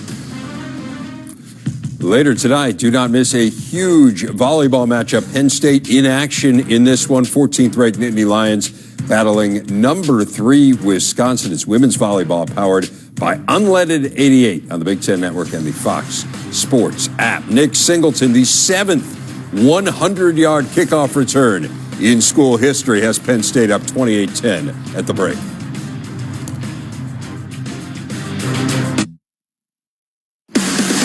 Football on the Big Ten Network is brought to you by Auto Owners Insurance. Simple human sense. And by Discover, the official credit card of the Big Ten Conference. Rutgers men's soccer team last Sunday, Big Ten champs. First Big Ten championship in any men's sport for the Scarlet Knights since they joined the Big Ten. Great crowd on hand for that one nearby last Sunday. Quarterback comparison here, presented by Unleaded 88. Tough first half for Gavin Wimsatt. Well, really, Brandon, neither has been great, but something I didn't expect to say here reviewing the first half is the difference was Clifford's feet, his ability to run the football. And we're back up here in the booth, and he came on air. We talked about how Penn State, all needing to get the 2 wins, New Year's Six Bowl possibility. They struggled early. They righted the ship. They scored the last 21 points, and now coming out of half, it really feels like they've got the control of this game. Yeah, they do, and if Rutgers would want to stage a comeback, they would need to find a way to have some success against Penn State's defense, but that hasn't been the case for many people. It's not exactly fun to go against this Penn State defense. The word James Franklin used, disruptive, and I think that's very fitting. They're aggressive. They're downhill. They have speed across the board, and they got the talent in the back end that when you leave their corners and secondary on an island, they can match up with you in one-on-one coverage and make you pay. So you got to give a lot of credit to Manny Diaz, the game he's called and the way his players have executed. 10 tackles for loss in that first half. In the second quarter, that Penn State defense held Rutgers to just 9 yards. But if they're going to come back, and you were kind of hitting on it, but Gavin Wimsatt for Rutgers, and I get that he's just a true freshman, but Jake, he's going to have to be more accurate throwing the football. And that's kind of the frustrating part here is, you know, it starts with, hey, are you making the right reads? Are you going through your progressions? Schiano said, yes, he's getting better at that, but then your talent has to take over. And physically, he can make any throw on the field, but accuracy has been the issue. He's had guys throughout this game and hasn't been able to put the football where it needs to be. He's 0 for his last 5, including the interception that he threw. Great job by our camera crew with all the lights off of still finding everybody that they need to find. Our director, Andrew Blaustein, producer Bart Fox, and our entire crew, thanks for spending your Saturday afternoon and evening with us here in Week 12 of the college football season. There we go. Let there be light. They let off the fireworks, and the fog from that is not lifted yet.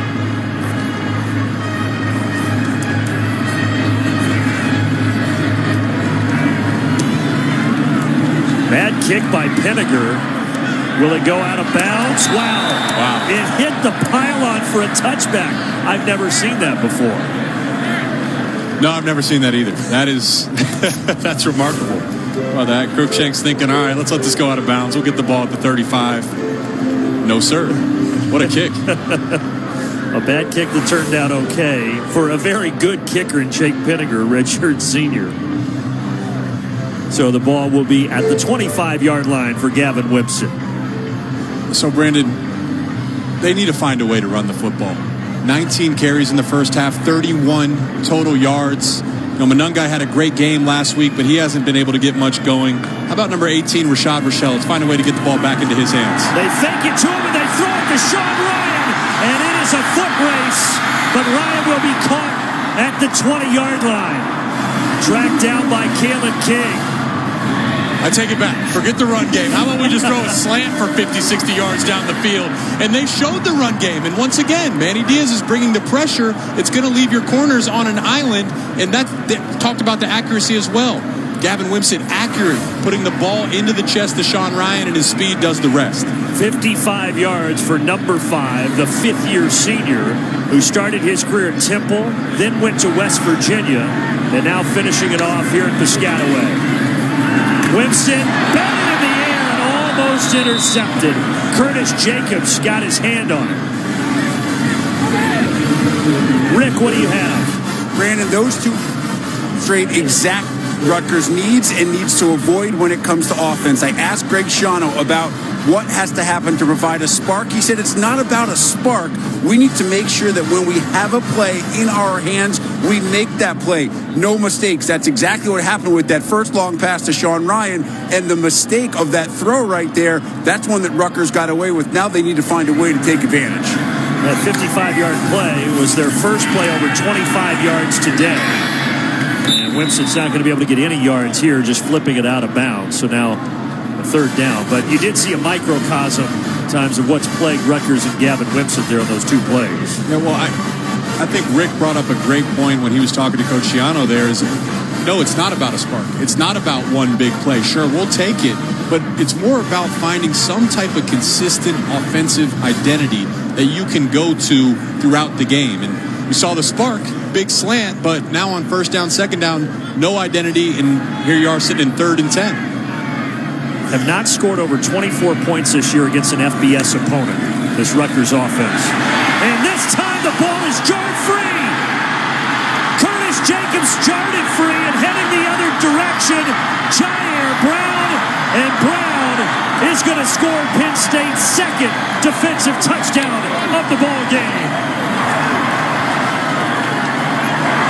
Rolling on field is a fumble, recovered by the defense for a touchdown. Second scoop and score for this Penn State defense. That's out. That's out. That's a clear fumble. And it was clear as day, really everyone's surprised everyone was on the same page except for the Rutgers offensive line. Penn State was bringing the house on that.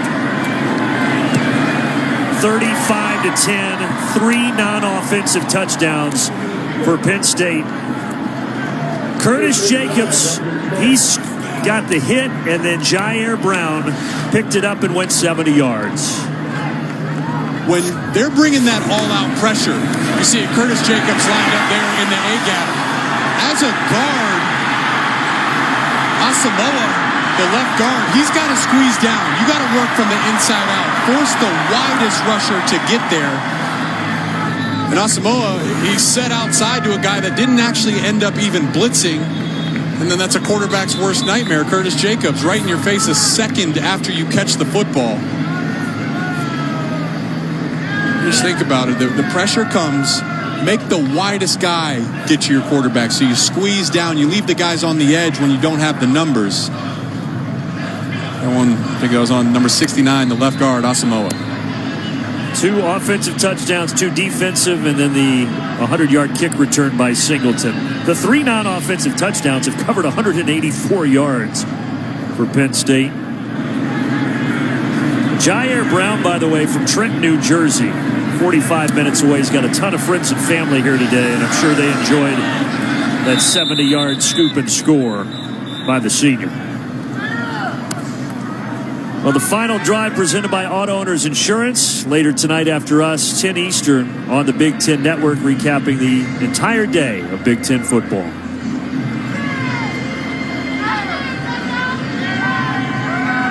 Turnovers, turnovers, turnovers. They have plagued Gavin Wimsatt. They have plagued Rutgers in their losses this season, and they now have 3 here today.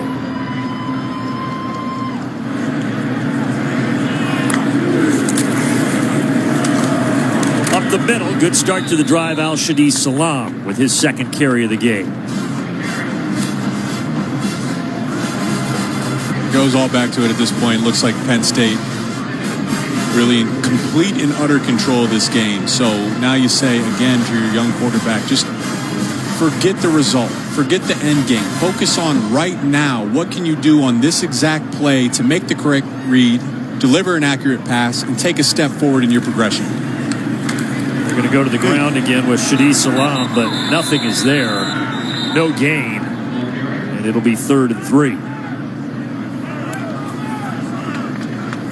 Great hit by Kobe King there. There is just so much talent on that Penn State defense. We've seen some spectacular plays by a number of guys today. This is probably my most busy chart, up here in the booth. We have our charts with the 2 deep, but Penn State plays so many guys and rotates so many guys across all 3 levels of their defense. There's just a lot of names, a lot of numbers, a lot of guys that made plays throughout the season. Needing 3 yards here. They'll get him. There's Johnny Langan stretching out for the first down. Johnny Langan, senior day, walked with his parents in the ceremony before the game, but couldn't possibly come back for another season. He has not decided yet. And that's good for Langan. He had a rough start to the game. Fumble. Dropped one that hit him straight in the chest. Usually a sure-handed tight end. That time did a good job of finding the zone in between Penn State defenders, and Wimsatt put it right on him. This Penn State defense, to get back to that and what you were saying about the number of guys they rotate in, Manny Diaz told us yesterday that's why we feel every guy is so fresh. They haven't had to log a ton of snaps. That's exactly right. And at this point in the season, we've seen it in games we've covered. Health becomes such a big issue. And if you're too reliant on 1 or 2 guys or 1 or 2 positions, it really hurts your chances to stay healthy and execute. They're deep at every single position in this defense. 2nd and 9. Wimsatt's going to have to try to run and just slide down in front of Sutherland. And I also asked Manny Diaz, who has never coached up north. In fact, the furthest north he had lived was Raleigh when he was a coach at NC State. Said, you adjusted to the colder temperatures? Well, a little bit, because he was in State College last January, February, and March, but still has that Miami blood. Get him a nice jacket down. He's got the nice jacket, warm. yeah. From Miami, his father, Manny, was actually the mayor of Miami from 2001 to 09. Trying to set up a screen to Langan. 4th down, and we have seen a number of those screens go awry for Rutgers today, Jake. Oh, man, and that's exactly the play call you want to be in when a defense is bringing the blitz. As you look at this, Johnny Langan's up there to the left of the offensive line. Look how much space is out in front of him. He's got 2 Penn State defenders for 3 blockers, and that should be an easy completion for Wimsatt. And that's the 2nd or 3rd time they ran a screen today. He hasn't even been close on any of his passes. So another Corsack punt. Wimsatt struggles continue. Penn State getting the ball back in command.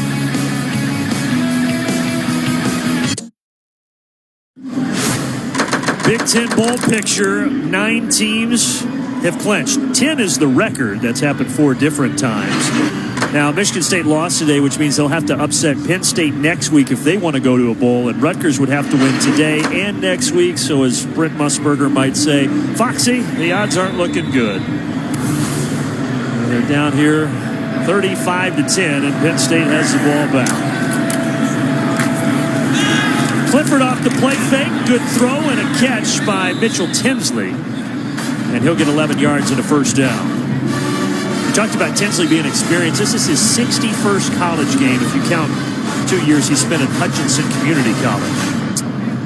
And he may not be the most explosive talent, but he just does so many things well. Veteran is really the word.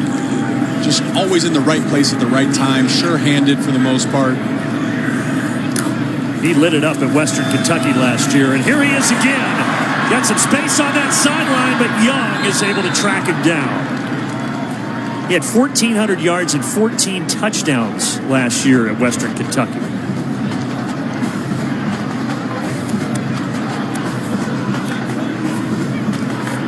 Again, if you weren't with us earlier, the top wideout for Penn State, Parker Washington, out today.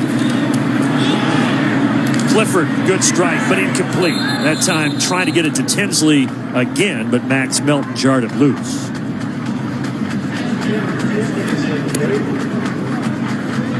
Sean Clifford still in, and you'd think at some point in the second half of the score stays the same. We'll probably see Drew Aller, the backup quarterback. He's the heir apparent.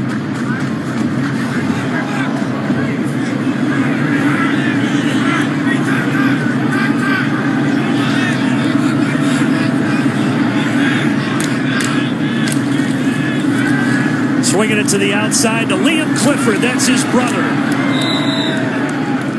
They did not get to play together in high school. They missed each other by a season, but they connect there. They probably did this in the backyard a couple times growing up, right? Hey, brother, get it out to me. Let me get the ball in my hands and knife it down the sideline.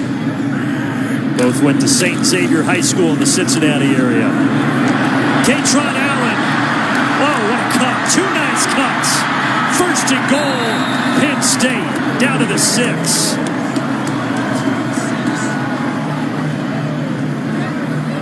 We've been waiting to highlight how talented these two young backs are. Great run by Katron Allen there. Freshman from Norfolk, Virginia. Had a 3-touchdown game 2 weeks ago against Indiana, and he's over 70 yards in 4 straight games.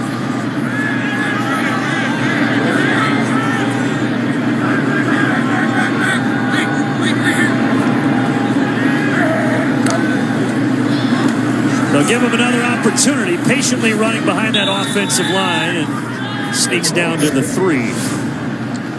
Well, the key to their success in the future, really, they got all the talent, clearly. It's a great job setting up his blocks and reading the hole, but the key to the success will be the development of this Penn State offensive line. That has been really set the ceiling of the Penn State offense in recent years. This year, they really took a big step forward.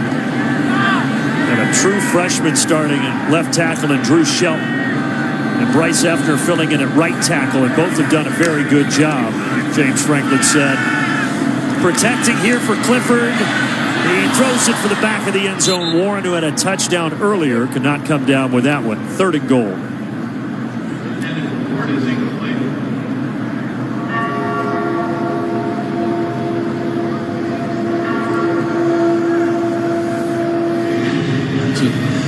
Look at that, Brandon. Look at the difference. Almost 1.6 yards per carry more. I mean, the golden number, the minimum you want to have is about 4 yards per carry. They weren't even close last year. Now they're knocking on the door of 5 yards per carry. A huge improvement. They're going to throw it here. Clifford, but he goes to his running back Allen. And Allen got popped by Avery Young. There haven't been a lot of bright spots for Rutgers today, but Avery Young has certainly been one of them. And the score isn't going to show it, but I think we don't give enough credit to this Rutgers defense. And it doesn't matter what the score is. They're going to play hard. Avery Young, he likes the contact, man. He's going to come up and lay the wood, but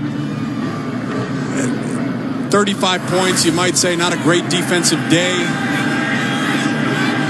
The context matters. Rutgers defense has been put in some tough situations, and 1, they play hard. They don't give up. And 2, really, for the most part, they're a good unit. Well, the defense has only given up 17 points. Penn State has scored 31 unanswered.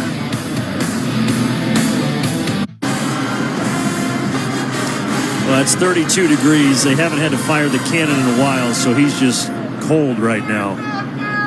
You haven't seen the movie The Holiday, but it's a good one, especially this time of year. He looks like Arthur off The Holiday. I'm going to check it out just for that. I don't think that's him, though. I can't imagine. But every time they fire that cannon, I lose 5 years off my life. I know that because it always catches me by surprise.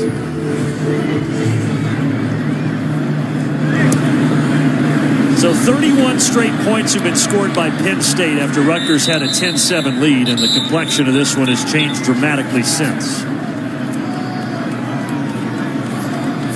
Tonight, a big volleyball matchup, top 15 matchup. Penn State taking on number 3 Wisconsin.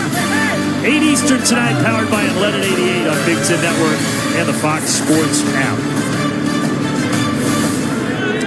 Wow, that's one way to come to a ball game. Penn State's defense has been scary tonight, I will say that. Get those guys a helmet.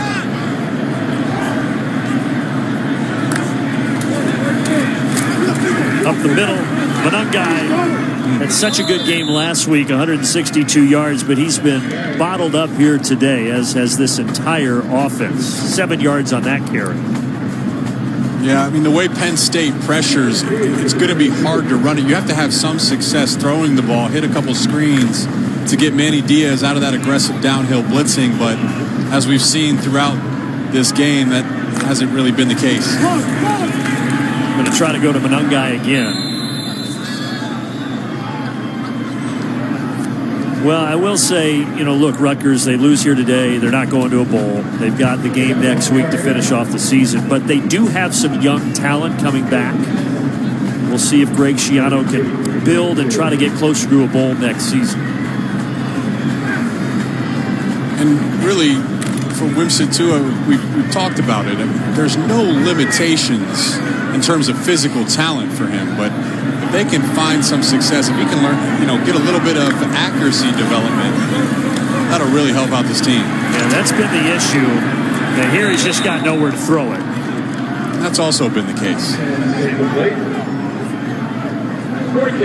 But their progress, if they are to make some next year in the right direction on the offensive end, it's going to be largely centered around number 2 and the improvement he can make in the offseason. I don't think there's any question about that.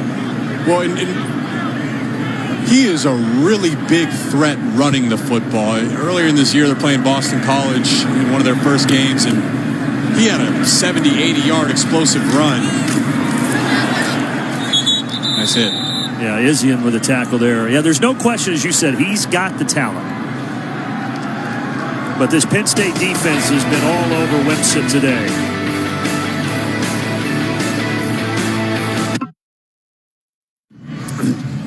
Before games at Rutgers along the boardwalk, they have a slew of activities, including the opportunity to ride a mechanical bull. But Saquon Barkley was struggling out there this morning.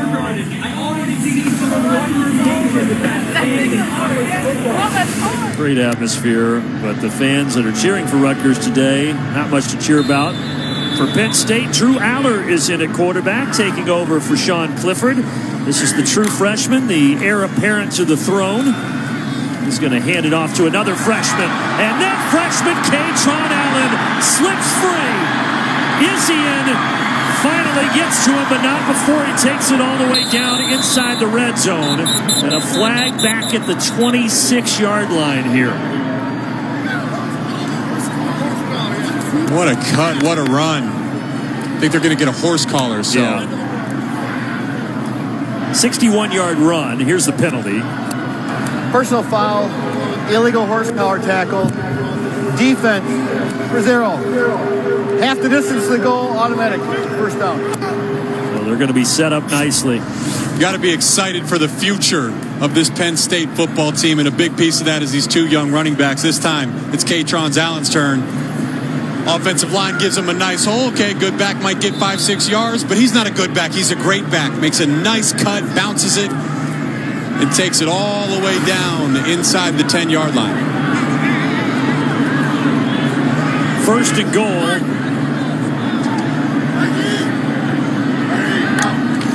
Aller, another tote for Allen. Look at him. Wow. Look at Allen. Taking the pile with him. Touchdown, Penn State.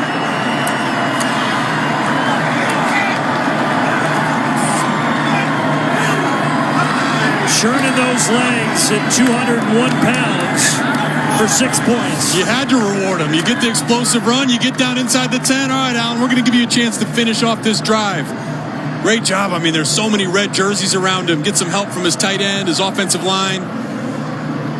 It takes that explosive run. Very next play finishes with a touchdown. Great job. 59-yard run and an 8-yard run. And he's now at 110. That's the 9th rushing touchdown for Katron Allen this season. Singleton already has 10. Those are top 2 in program Holding. history, by the way. Team number 44, 10-yard penalty. Will retry the extra point. So they'll have to kick again, but Singleton and Allen are both 1 and 2 now, and the freshman touchdown scoring record in the same season. A concentration of wealth there at Penn State. I really believe this, Brandon. This is going to be one of the best running back rooms in all of college football. They're already starting to insert themselves in that conversation with how good they've been this season. Shades of guys named Barkley and Sanders, the tandem that they had. Now, too early for that. I get that, but you see the potential. Yeah. And the best part is they're a 1-2 punch. Another flag. Hey, another flag here.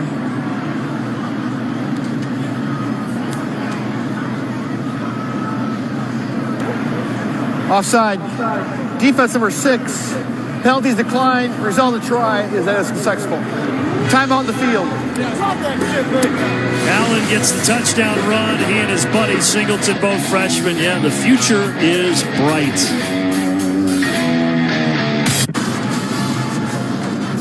Last week, Penn State won 30-0 over Maryland. It was their 5th win by 28 points this season, and right now they lead by 35 here in New Jersey.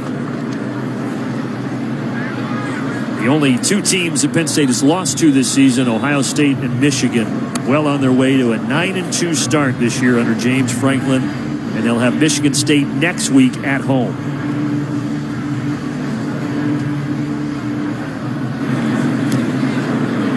Sanders to Haydak getting the kickoff for the first time tonight. And Crookshank on the return, upended right across the 15-yard line.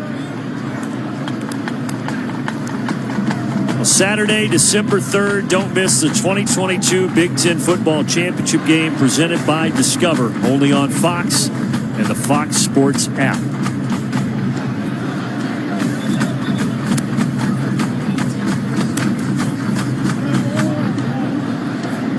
So Penn State's starting to rotate some guys in, which could help the Rutgers offense. But the problem is they're so deep. These guys that are being rotating in are really good football players as well.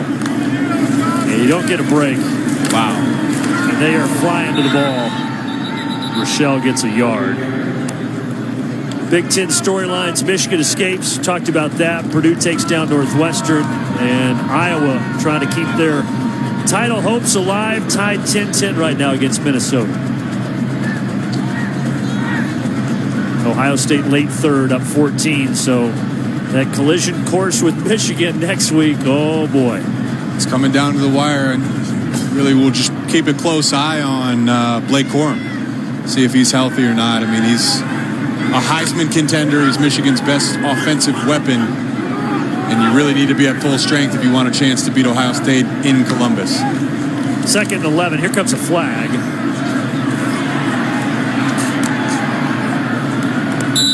Let's see what the flag is about as Wempstead just gets rid of it.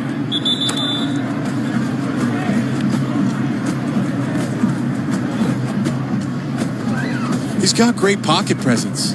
The way he moves and navigates around the rush it's encouraging. There's just no one open downfield. Illegal formation, offense, 5 or more in the offensive backfield. The penalties decline. 3rd down. Yeah, that's not going to help. It seems like every time he has rolled to the right and escaped the pocket, he's had to throw it away because there's been nobody open. And I'm watching the routes downfield. Usually when you leave the pocket, that's a chance to have an explosive play. There's been nothing there. And really, that's a credit to this really talented Penn State defense. Got to give them some credit as well. This defense that has had 12 tackles for a loss and 3 sacks.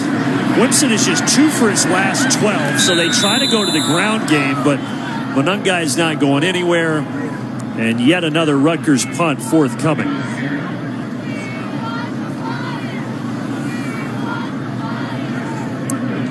I mean, they came in, Rutgers, 127th in scoring and 127th in yards against FBS competition. They beat Wagner 66-7, but if you throw that out the window, this offense has really struggled this season. Greg Schiano, look, there was so much excitement when he came back, the success he had the first time. And some people may be frustrated they didn't get to a bowl this year. I still don't think there's any question that that man is the right man for this job. I 100% agree. And, it wasn't an easy situation that he inherited when he got here. And, it takes time to recruit. It takes time. I believe that he can develop. Been plagued by some injuries throughout the year as well, but there's no doubt about it, Brandon. This is a really good football coach in Greg Schiano. And remember, the first stint here, he went 3-20 his first 2 years before they turned it around. There's the first throw tonight for Drew Aller, the 5-star true freshman, but it's incomplete. Penn State fans really excited to see the development, get to see him throw the ball around. We've highlighted over and over again the young talent on this roster, and if this guy, Drew Aller, if he can live up to his potential, I think you're looking at a serious national title contender. This is the 9th game he has played in this year, so James Franklin has gotten him a lot of experience despite being the backup. He drops it off to Nicholas Singleton. Rick. It's amazing the step that Drew Aller has taken. I called the Penn State spring game only about 7 months ago. He looked completely lost. Threw it to the wrong color jersey a couple of times, missed wide open receivers, was shaking his head. Coaches said during summer voluntary workouts and in fall training camp, the jump he took was nothing short of monumental. And because of his size, because of how highly touted he was, and because of the arm strength that he has displayed at times throughout the course of this year, the Penn State fan base has called for him to be more active. And there you see his athleticism as well. This is a guy that everybody knows is the future face of this Penn State program. Yeah, there's no question about it. And James Franklin's been very open about that. And you see he can use the legs. Aaron Lewis is actually down injured right now again, reaching for that same lower left leg that plagued him in the first half of this game.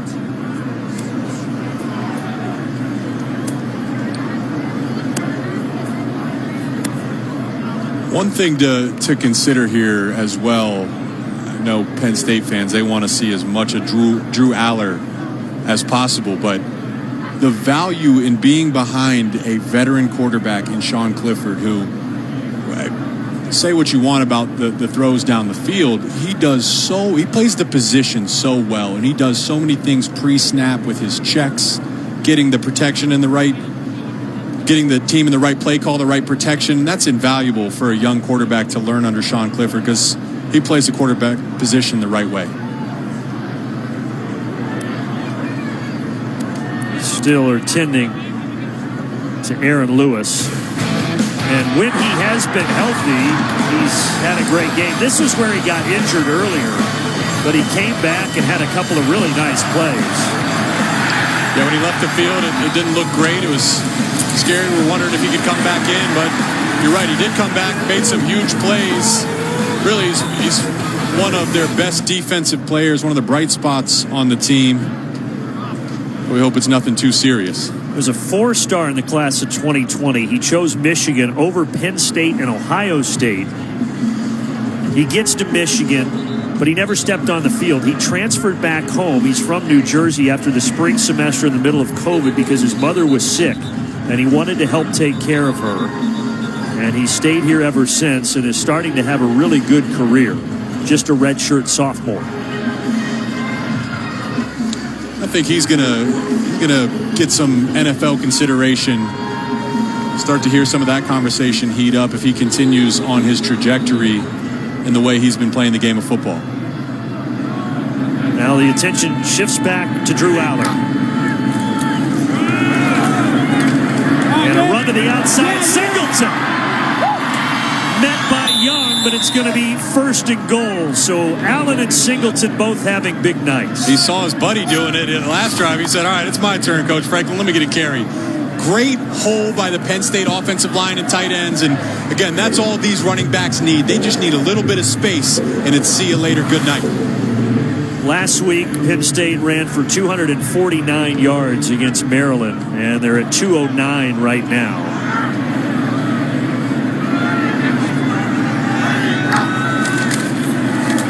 Aller fakes it, keeps it to the 3. The only thing James Franklin may be saying is, hey, buddy, be careful when you choose to run the football. Well, it looked like he was trying to throw it, and Harrison Wallace, number 6, was blocking. another defensive injury. That's Ifan Maije, 6-year senior, in his final home game as a Scarlet Knight. Seems like now that we've followed Rutgers for 3 straight weeks, the bumps and bruises and injuries have just piled up. This is probably the 4th or 5th time we've had to stop the game because, a guy's going down. Rene Conga, one of the defensive linemen for Rutgers, announced before this one that he's out for the season. Had Lewis go down, now Maije on the turf.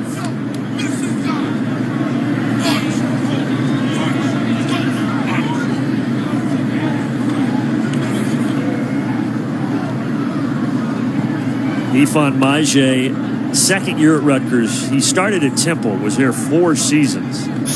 2-year starter, all-conference player, and this time he collided with Longerbeam, but he was the one that was injured at the end of it. A good sign he at least walks off.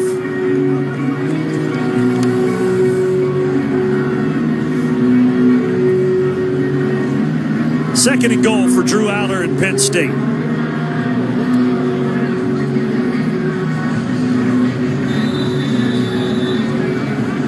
Very balanced. 26 runs, 28 passes for this Nittany Lion offense today. Here's another run up the middle. And inside the 2 goes Nicholas Singleton before he's met by Troy Rainey. 3rd down. What do? Do you give it to your talented young running back? Or do you let your talented young quarterback air it out? It's a good problem to have, right? Well, they're so good down here finding their tight ends. Maybe a little play action, find one of your tight ends. No, I'm always biased. I like my tight ends. That's why I went there. Let's go for it. Jake Butt up here in the booth. I'm Brandon Gaunt. Rick Pizzo down on the sideline. Both running backs in the game. That's Katron Allen to the left of the offensive line, off the ball. Oh, they're going to hand it to the tight end, Brent Strange. But Rutgers was ready for it. They hit him for a loss of a yard, and it's 4th and goal. I've been wondering when we were going to see that. They get in that old classic wing T formation, and Strange has been in the backfield. They haven't yet handed him the ball. Tried to get him the George Kittle special that the 49ers have really started to add to their offense in the NFL, the tight end sweep. How many carries did you have in your Michigan career? 0. Do you want me to call Coach Harbaugh and talk to him about it? Yeah, we can talk to him. I think my 40 was probably a 4.8. Strange is probably a 4.65, 4.7 guy. Field goal chip shot is up and good. I don't think Jim Harbaugh would take my call. In fact, it would probably show as blocked when I tried to dial. 48-10. Remember, this was Rutgers leading at one point 10-7 this ball game, and since then Penn State has just poured it on both offensively and defensively. 27 points on the last 7 drives for Penn State. And look, they've done well offensively, but I really think you go back to what changed the tenor of this game was that Penn State defense. Oh, absolutely. And they make it so hard on you because they bring pressure. It feels like you can't catch your breath because they're constantly on you, seemingly as soon as you get the ball as a quarterback, and they do it at all 3 levels without making themselves vulnerable in the back end. And think about the Big Ten picture. We talked about the Wild Wild West. I'm curious, you're a Michigan guy. Next week, as you look at that Michigan-Ohio State matchup, what do you think? What's going to be the key in that one? Well, the key really now is Blake Corum healthy. And that's, if he's healthy, I think that gives him a good shot. But, on the flip side, I thought Jesse Minter, the defensive coordinator, has done a great job reloading that Michigan defense. And they're going to face the best offense they've seen all season with C.J. Stroud, Marvin Harrison Jr., Travion Henderson. They did a good job last year. You don't shut down that Ohio State offense, but can you make them uncomfortable? Can you make C.J. Stroud uncomfortable in the pocket, put some pressure on him, get some sacks? Especially if Blake Corum isn't healthy, that's going to be the key to the game. Big Ten Beast, Ohio State up on Maryland to get to 11-0 if they hang on and set up the big showdown. And this will be the second straight year that this game has gotten back to the level and the stage that we all hoped it would, because let's face it, Jake, when both of those teams are as good as they have been last year and this year, that ball almost intercepted. But it's just good for the conference, and I think it's good for college football. It's like two heavyweights slugging it out for a championship title, and it is for a championship title, a chance to go to Indianapolis and compete for a Big Ten title and a college football playoff berth. And I'm biased. I think it's the best rivalry in all of sports. You're right. It's better for the Big Ten. It's better for both programs. It's better for college football when they're both towards the top of the country with all that we just mentioned on the line. Hard hit after the catch. And you're getting some of those second wave guys. Kevin Winston, the freshman, making the tackle there, but a good catch as well. He took a big time shot there. Showing some nice strong hands. First catch of the game for Chris Long, redshirt sophomore. The Penn State, though, for them and everybody in the East, Rutgers, I mean, it's just tough when you got Michigan and Ohio State rolling, and James Franklin 4-14 against the Wolverines and the Buckeyes, and I know that's often talked about with his tenure. But, they were right there. Even in the third quarter of the game, they're right there with Michigan. It just kind of unfolded down the stretch. Ohio State, they're up. I vividly remember the crowd with about 9.5 minutes in the game. They have the lead. It felt like Penn State was ready to pull off the upset, and then C.J. Stroud did what C.J. Stroud does. So they're not far. And as we've said throughout this broadcast, they're returning a lot of talent next year. Next year they'll get Michigan at home. They'll have to travel to Columbus. But I feel really good about this program if you're James Franklin, if you're a Penn State fan, that you can really be right back in that hunt for the Big Ten East champion. Yeah, with that young talent, you're right. Adam Korsak, that was his 337th career punt. It ties the all-time NCAA record. If you were with us in the first quarter, that's what Adam Korsak broke, the yardage record all-time for a punter. But unfortunately, that's not a good sign for Rutgers because that means he's punted 10 times tonight and you're down big on the scoreboard. Yeah. Rutgers has 10 punts and 7 first downs tonight.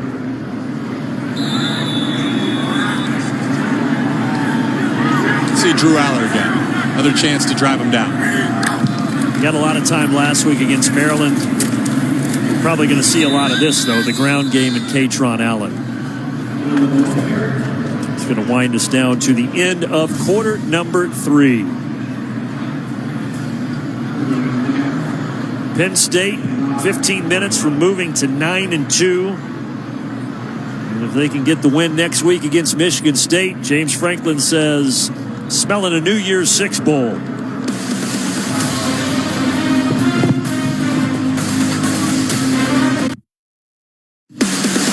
Football on the Big Ten Network is brought to you by State Farm. Like a good neighbor, State Farm is there. Senior Day ceremonies. Aaron Cruikshank, Christian Izzian, some talented players for Rutgers, some guys that have been around quite a while and seen some tough moments in this program. And the transfer of coaches. And several of them will have opportunities to come back for another season if they choose.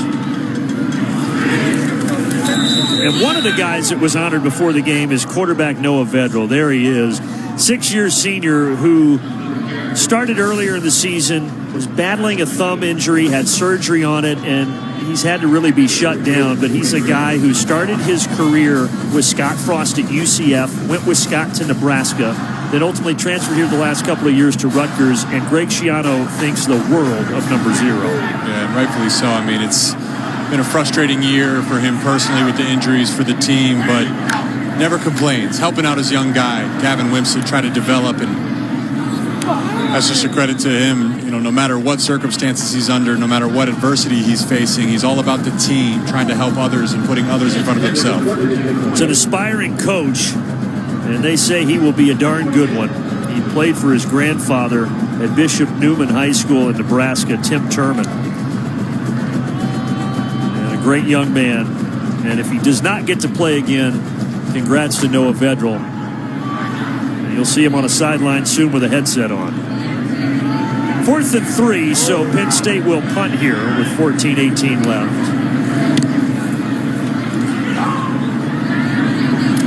Whoa, Cruikshank tough, but he does come down with it. So for Noah Vedral, man, it's just you're a competitor. You want to play. You want to succeed. You want to help the team win, and injuries are oftentimes beyond yourself. Some guys, they kind of mail it in. They may not necessarily be a part of the team or actively participating, but Schiano said not only has he been there and been present, he's been present in helping out this young quarterback, number 2, Gavin Wimsatt, try to learn the position and figure out a way to find some success. And it's given him a chance to coach at a young age and mentor Wimsatt, who turns around and hands it off, but Shadi Salam is taken down to the backfield. Noah Vedral also played in the Big Ten basketball tournament when he was at Nebraska, and they needed players at the end of the season. And Fred Hoiberg had him out on the court at the end of a loss to Indiana. That was the last day before COVID shut everything down. And then after that, Vedral would transfer to Piscataway.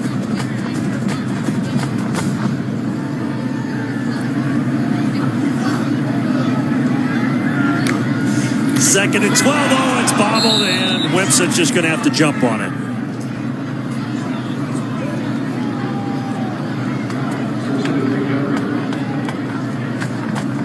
And now, 9-yard loss backs you up to 3rd and 21.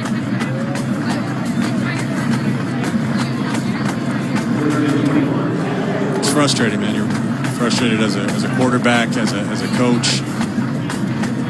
The negative plays, it's penalties, turnovers. Football's hard enough to win when you do everything right. It's almost impossible when you shoot yourself in the foot. 3 turnovers tonight for the Scarlet Knights. Wimsatt taken down. Another tackle for loss. This time Dominic DeLuca, redshirt freshman, gets in there, 4th down. DeLuca is quite a story who just got that tackle. He tore his ACL in his state title game in 2019 in high school. He goes out for one play, comes back, he's the quarterback, his team's down 14-0, and with a torn ACL, he throws 2 touchdowns and runs for 1 and helps him win the state title. He was also a great basketball and lacrosse player as well, and he walked on at Penn State last year as a safety. 48-10 here in the 4th quarter in Jersey.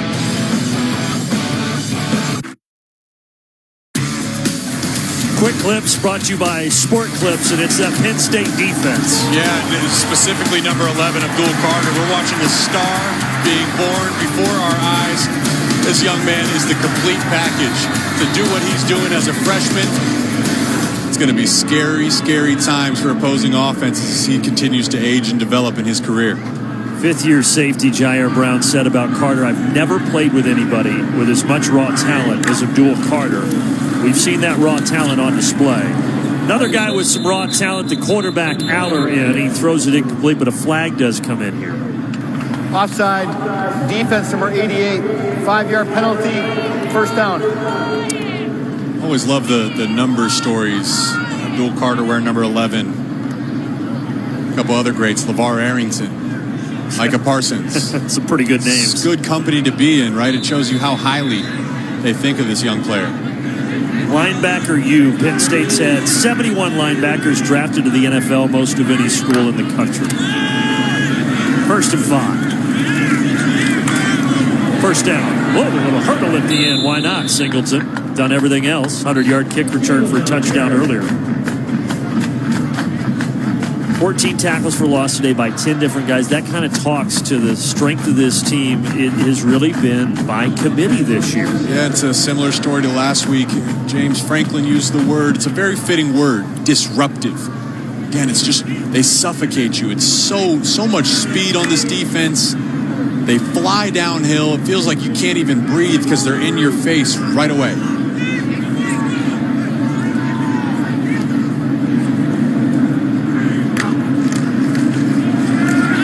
High pass, and Liam Clifford tried to wrangle it in, but he could not. That was just a miss there by Drew Aller. You look at Drew Aller, the first thing that jumps off is his size. 6'5", 238. He's almost looks like a leaner Ben Roethlisberger out there, and he's got the arm talent to complement that size. He's shown some athleticism, his ability to tuck it and run. Did that earlier on the last drive. From Medina, Ohio. And Ohio State offered him last September, but he stayed committed to the Nittany Lions. Here he uncorks one a little wobbly and almost intercepted by Max Melton. I think it hit him in the helmet. He's just got a cannon of an arm. It's all about, that's not, it can't end there. How do you tame some of that strength? Just kind of put it behind his guy, Harrison Wallace there. He had him, but I mean, this is where it's completely invaluable for a young quarterback to get in these situations. 3rd and 10. Okay, how do you respond? You can go back and have some game tape to study with him and help him develop. A little bit of a cold start on a cold night. He's 1 for 5. That pass is caught. Amari Evans, another freshman that they're very high on, gets his first catch of the night. Check out the way he threw this football. He's kind of got some guys in his face. Kind of sidearm. Look at how he navigates this right here. Right off the sidearm. Right into the open lane. Gets it to his guy. Moves the chains. I know another number 15 who likes to throw the ball like that. He plays on Sundays.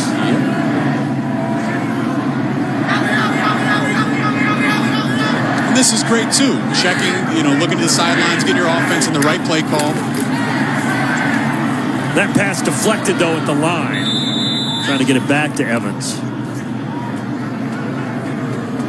Another freshman, another really talented guy that they're excited about.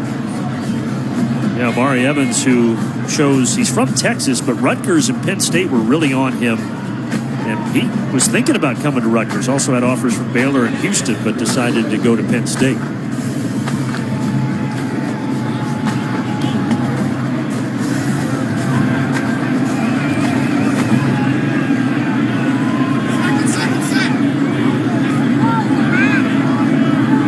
Evans in motion.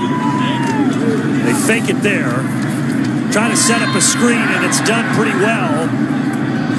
Out across the 30, the 28-yard line.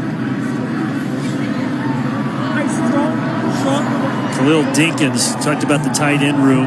Seeing Johnson, Strange, and Warren. First catch tonight for the redshirt freshman Dinkins. His game reps are invaluable. You say, hey, well, you get a lot of reps in practice, right? But the difference is in practice, guys are rushing you, but you know in your head you're not a threat to be tackled. It's a lot different when you have a chance to actually be hit in the live game.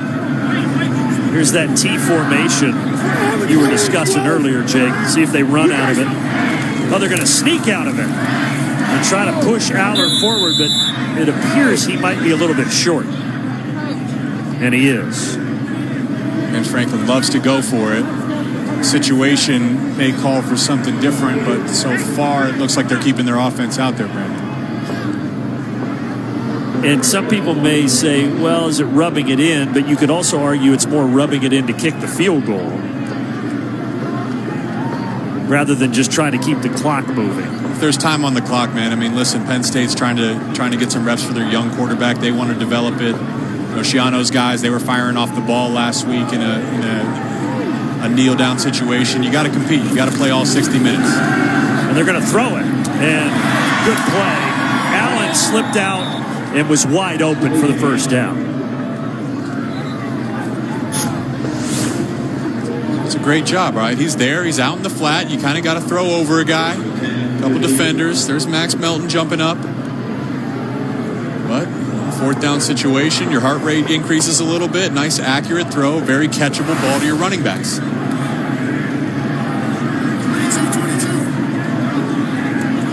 Tank Smith is into the game in the backfield. Redshirt junior running back. And he is a tank at 5'7", 234. They fake it to him. To the outside to Wallace. Wallace spinning inside the 10.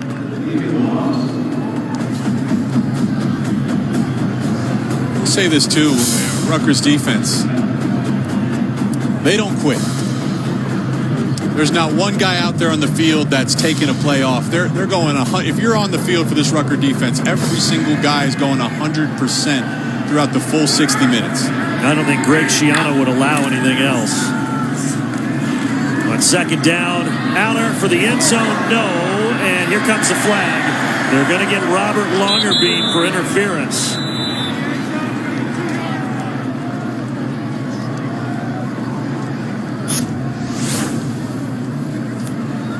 Let's see. Pass interference. Defense number 7. The foul occurred in the end zone by rule. The ball be placed at the 2-yard line. Automatic. First down. Yeah, the sophomore getting the flag thrown. First and goal now. He's trying to argue with the call. Yeah, not much of a case to be made. Can't help you on that one, Longerbeam. Penn State has more than tripled Rutgers in the yardage category, 436 to 144. Now they're looking to cap off this drive in the end zone.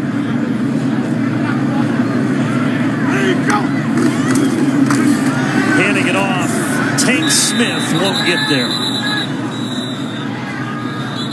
Well, Avery Young tried to strip it, but the play was dead.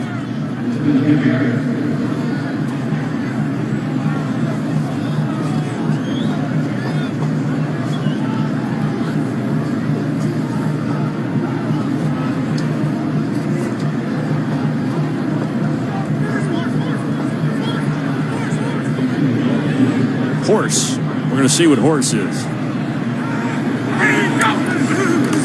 It's going to be a keeper. And a good job defensively to get him in the backfield. Coming up, Wesley Bailey making the stop. Third and goal.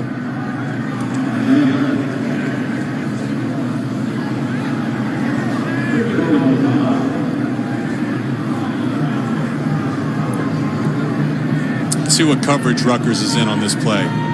Maybe give us a sign of where Aller might try to go with the football. We got 2 tight ends in the backfield. Playing one-on-one to the receivers outside. Keeps again, runs to the right. Short, 4th down.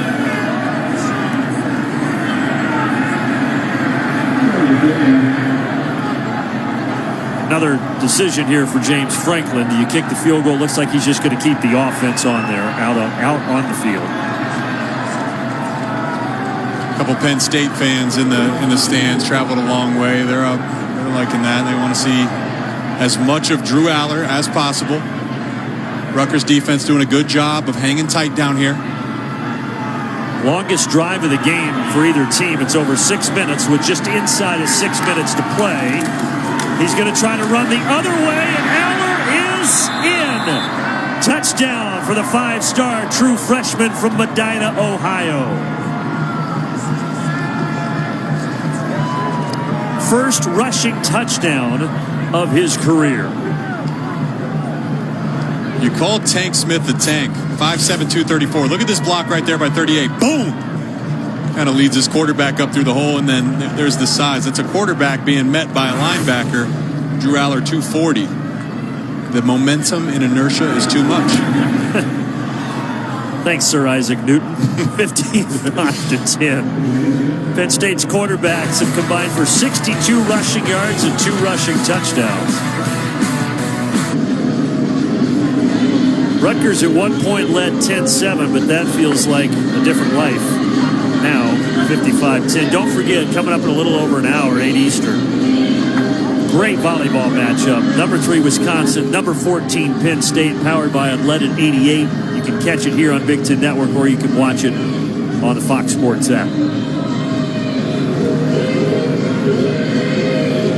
33rd meeting between these two teams. Penn State has won 30 in the previous 32. Rutgers has not won in this series since 1988, 34 years ago.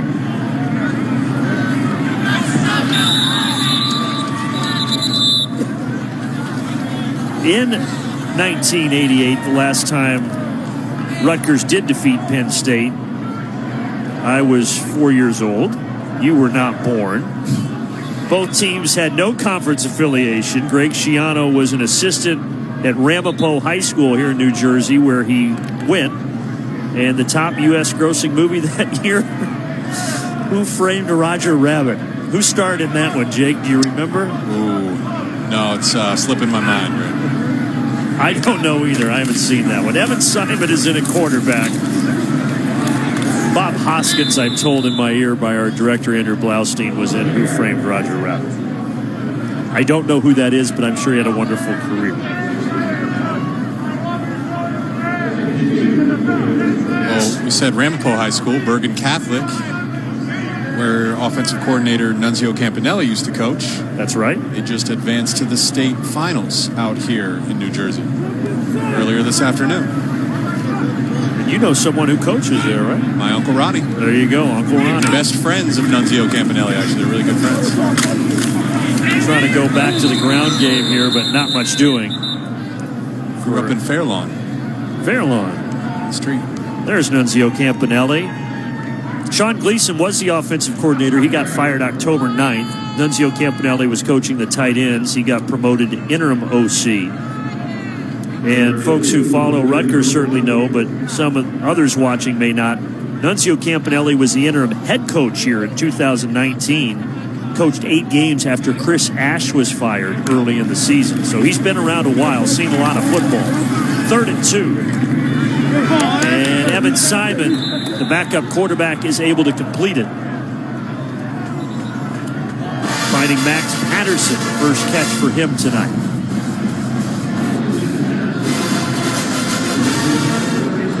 But it's been tough. Nunzio Campanelli, you try to take over early October for a guy who had a system in place and an offense that has really struggled all season long. It's been an uphill battle.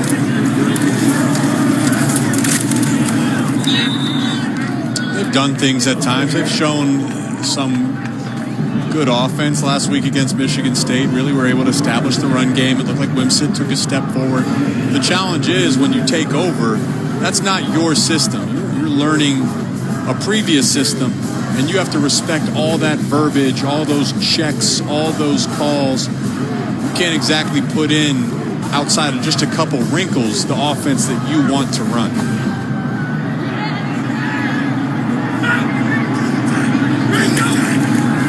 Evan Simon, who started 2 games earlier this year, trying to get it to the outside, and he does.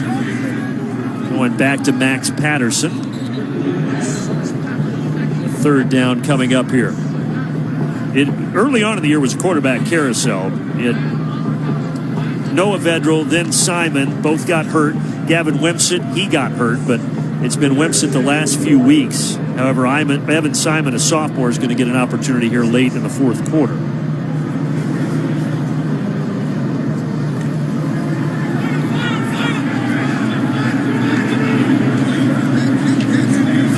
In fact, Evan Simon threw 300 yards in the game here against Iowa earlier this year. The completion to Johnny Langen.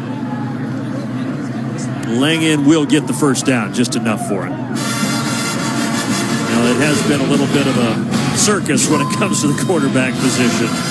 This is a starter by game. Simon, then Vedral.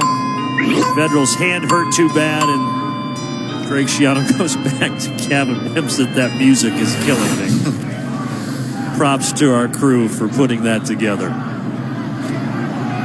Kevin Klein spearheading that effort.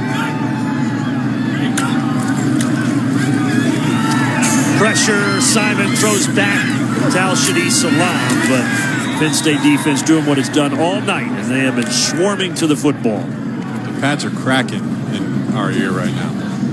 The quarterback carousel, I mean, it's hard on the quarterbacks because you can't exactly get in a rhythm. There's a musical chairs of sorts. It's hard on the offense because each guy has their own unique abilities, and you kind of have to navigate that depending on who's under center, which hurts the consistency. You got a couple different offensive coordinators. There's been injuries.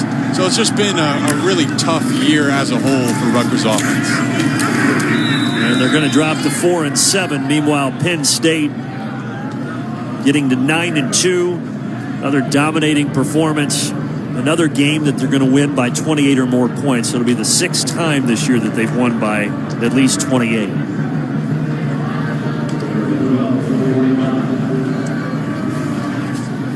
There's one of those quarterbacks we talked about earlier, Noah Vedral, who had the hand surgery and just has not been at full strength all season. The guy that he's been mentoring, Gavin Wimsatt, had another tough night tonight. He's 10 for 29, was the starter. Simon is 4 for 4 since coming in. Another easy completion, 5 for 5. Penn State defense celebrating over there as one of the young freshmen, Cam Miller, made that tackle. One more. Snap it, catch it, kick it. See you next one. Another punt coming for Corsack. NCAA record in career punts, up over 337. 14 seconds left.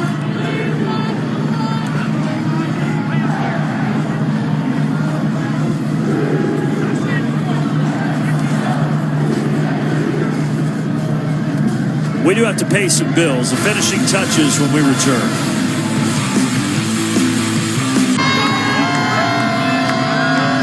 Some happy Penn State fans up 55-10.